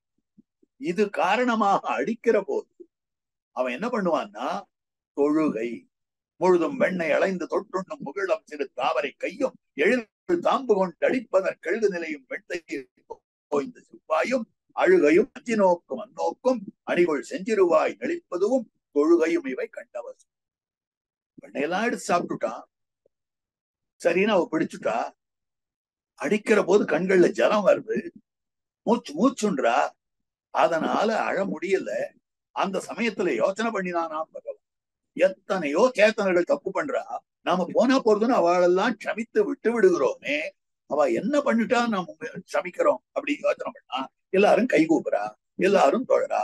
ஆஹா, தொழுதால் விடுபடலாம் தோணித்து உடனே தொழுகையும் இவை கண்டவசம் அப்படின்னு சொல்லும்படியான விஷயம். ஆகவே இந்த நிலையில நமக்கு வேண்டியது கிடைக்கணும்னா கைய கூப்புறது தவிர வேற இல்லை அப்படின்னு தெரிஞ்சுட்டு இருக்கானோ இல்லையோ, அதனால தொழுகை தொழுதா. அதிசஞ்சல சேஷ்டிதா எதி சக்னோசி கச்சத்வம் அதிசஞ்சல சேஷ்டிதா. துருக்கையாக கொண்டு ஊர் பூசல், ஊர்ல இருக்கிற சண்டையெல்லாம் வலிச்சுன்னு வந்துட வேண்டியது. அத்தனை சண்டையும் விளைவித்தவனாக அமைந்திருக்கக்கூடியவனாய் இருக்கு. இப்படி சொல்லி ஒரு சொல்லாலே விளங்கிட்டு வைத்தாள். இந்த மாதிரி இருக்கக்கூடியவள் அவ என்னன்னாக்கா, தான் அத நிஜம் அகாம, அதாவது சாச்சகார, அவள் தன்னுடைய காரியங்களை நடத்துறதுக்கு போனா. எத்தனை பசுவை பிடிச்சு கட்டணும், எத்தனை பசுவை கறக்கணும், எவ்வளவு தயிர் கடையணும், அதுக்காக புறப்பட்டு போனாள்னு சொல்லப்படும். அப்போ சாச்சகார குடும்பினி ஸ்லோகத்தை எடுத்து வியாக்கியானம் பண்ணிருக்க. வஸ்துதா கிருஷ்ணனுடைய இனிமைனா எது? ஆக லோகத்தில் இருக்கிற வஸ்துக்கள் இனியது கிடையாது, பகவான் இனியவன். அந்த பகவான்ல அவதாரம் பண்ணின பகவான் இனி, அவதாரங்களுக்குள்ள கிருஷ்ணன் இனியவன். அந்த கிருஷ்ணாவதாரத்திலேயும் ஒரு கரும்பினுடைய தோகைப்பாகம் எப்படி இனிமை இல்லையோ, வேர்ப்பாகம் இனிமை இல்லையோ, அந்த மாதிரி கண்ணன் அவதரித்த போது அத்தனை இனிமை இல்லை. அவன் அது துவாரகைக்கு சென்ற பிறகு அத்தனை இனிமை இல்லை. அவன் திருவாய்ப்பாடியிலேயும் ஸ்ரீ கோகுலத்திலேயும் பிருந்தாவனத்திலேயும் இருந்ததாய் அமைந்திருக்கக்கூடிய நிலை இருக்கிறதே, அதுதான் இனிமையானது. அதிலும் வெண்ணைய திருடினது மிகவும் இனிமையானது. அந்த வெண்ணைய திருடினதும் அந்த வெண்ணைய திருடி உரலிலே கட்டுப்பட்டிருந்தானே, அது மிக மிக இனிமையானது காட்டப்படும். அதை விட இனிமை ஏதாவது உண்டா?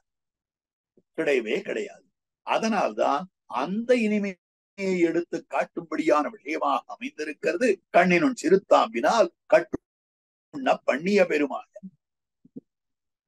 அப்ப பெருமாயன் இப்படி பண்ணினவன் யாருன்னா, எல்லையற்ற ஆச்சரியத்தோடு கூடியிருக்கிறான். அப்போ அவாப்த சமஸ்த காமனா இருக்கிறான் எம்பெருமான், எல்லாவற்றையும் அடைஞ்சுட்டான். அப்படி இருக்கக்கூடிய எம்பெருமான் அவனுக்கு வெண்ணதானா கிடைக்காது, என்னோ வெண்ண கிடைக்காதது போல. அதனால தாழ்ந்தவர்களை போல திருடினான போல, திருடினால அகப்பட்டு கொண்டு விட்டான். ஆக தப்பிக்க தெரியாதவன் போலே எல்லா சக்தியும் படைத்த அவன் அதை முடித்து கொள்ள மாட்டாரே. வாயது கையதாக, கையில வெண்ண வாயில வெண்ண இத்தோடு அகப்பட்டு விட்டாரே. அதனால கட்டுப்பட்டானே, அதனால அடியுண்டானே, அதனாலே அழுதானே அப்படின்னு, அதனால உடம்பெல்லாம் வெளுத்து விட்டதே. இந்த நிலையை நினைத்தார். மத்துடைய அடியவர் களியவன், பிறர்களுக்கரிய வித்தகன், மலர்மகள் விரும்பும் நம் அரும்பெறல் அடிகள் மற்றொரு கடவெண்ணை களவினில் உறவிடை ஆப்புண்டு எத்திரம் எத்திரம் எத்திரம் என்று ஆழ்வார் தாம் மோகித்தார். அப்படி ஆழ்வார் மோகித்த இடத்தை இவர் மேல நன்னா ஸ்டபர்னா நின்று பேச, உறுதியா நின்று பேசும்படியான விஷயம். ஏனென்றால் அந்த கண்ணனுடைய இனிமையை விட எங்க ஆழ்வாருடைய இனிமை அத்தனை அற்புதமாக அமைந்திருக்கிறது.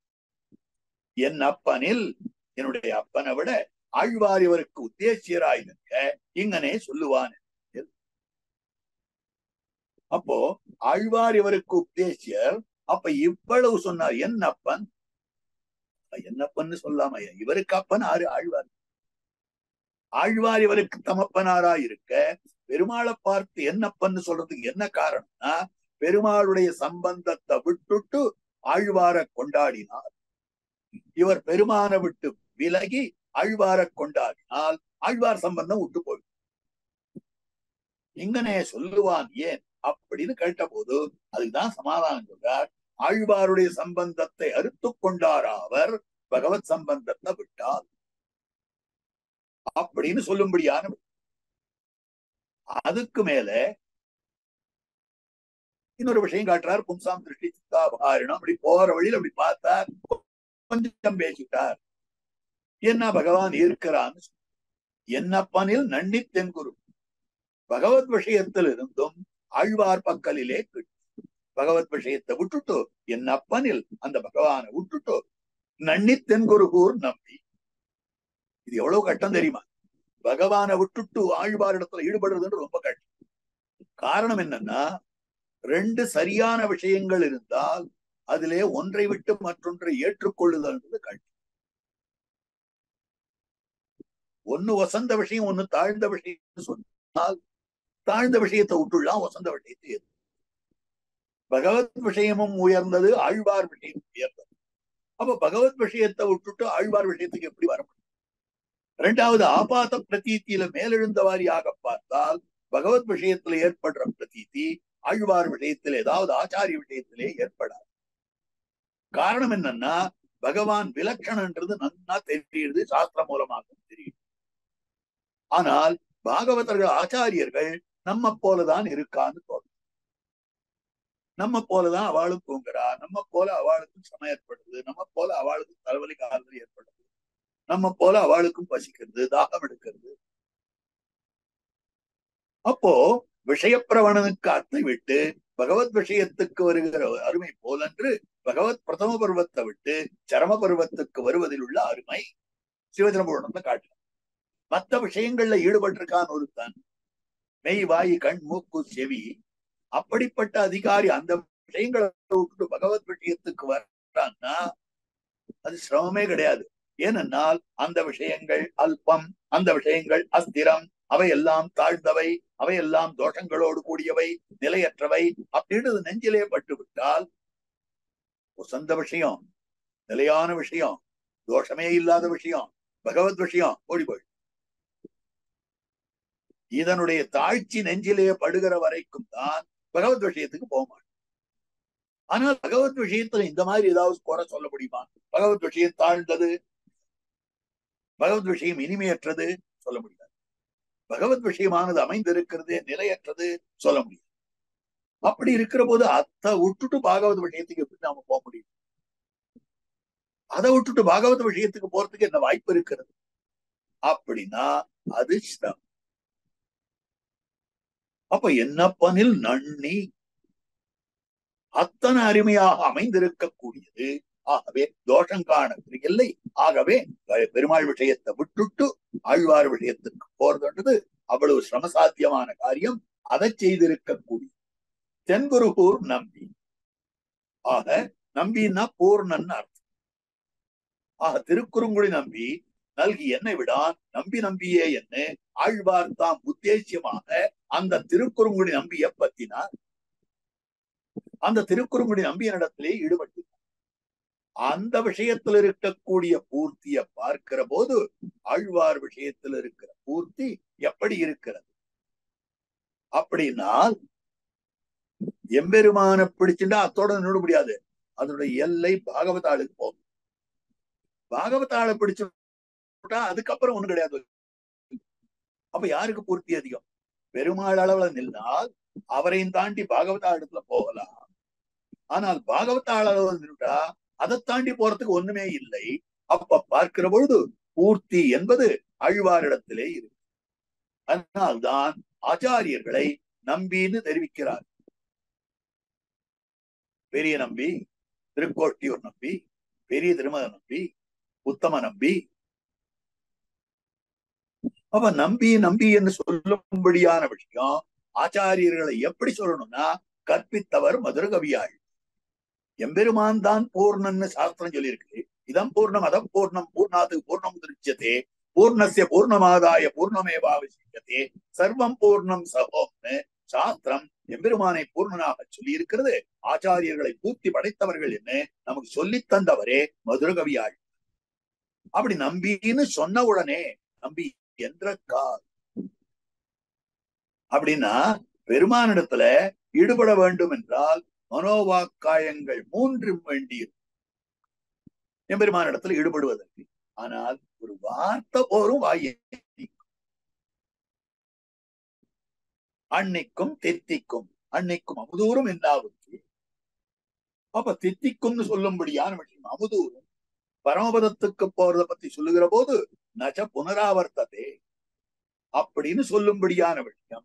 ஆக அப்படிப்பட்ட அந்த பகவத் அனுபவம் நித்தியமாக சென்று கொண்டிருக்கிறது ஆழ்வாருக்கு. அதுபோல அமுதூரும் ஊறிக்கொண்டே இருக்கும்னா எப்பவும் இனிமையாக இருக்கும். எப்படி பகவத் அனுபவம் நித்திய சூரியர்களுக்கும் முக்தர்களுக்கும் நித்தியமாக தொடர்ந்து இருக்கிறதோ அந்த மாதிரி எனக்கு தொடர்ந்ததாக அமைந்திருக்கக்கூடியது ஆழ்வாருடைய அனுகிரகத்தாலே அன்னைக்கும் தித்தித்துக் கொண்டிருக்கிறது. விஷயம்லாம் கேட்டா எங்களுக்கு ரசிக்கிறது இல்லை சுவாமி, நன்னித்தங்குருகூர் நம்பின்னு நாங்க 100 தரம் சொல்றோம், ஒரு தரம் கூட எங்களுக்கு தித்திக்கல்வி அப்படின்னா உடனே உங்களுக்கு என்ன முதலடியான பகவத் விஷயமே தித்திக்காதே, முடிஞ்ச அடி எப்படி தித்திக்கும்? பகவத் விஷயத்திலேயே உங்களுக்கு ஈடுபாடு இல்லைன்னா அதை தாண்டினா பகவத் விஷயத்துக்கு வரணும், அதை தாண்டினா ஆச்சாரிய விஷயத்துக்கு வரணும். நான் என்ன சொன்ன கேட்டுக்கோங்க.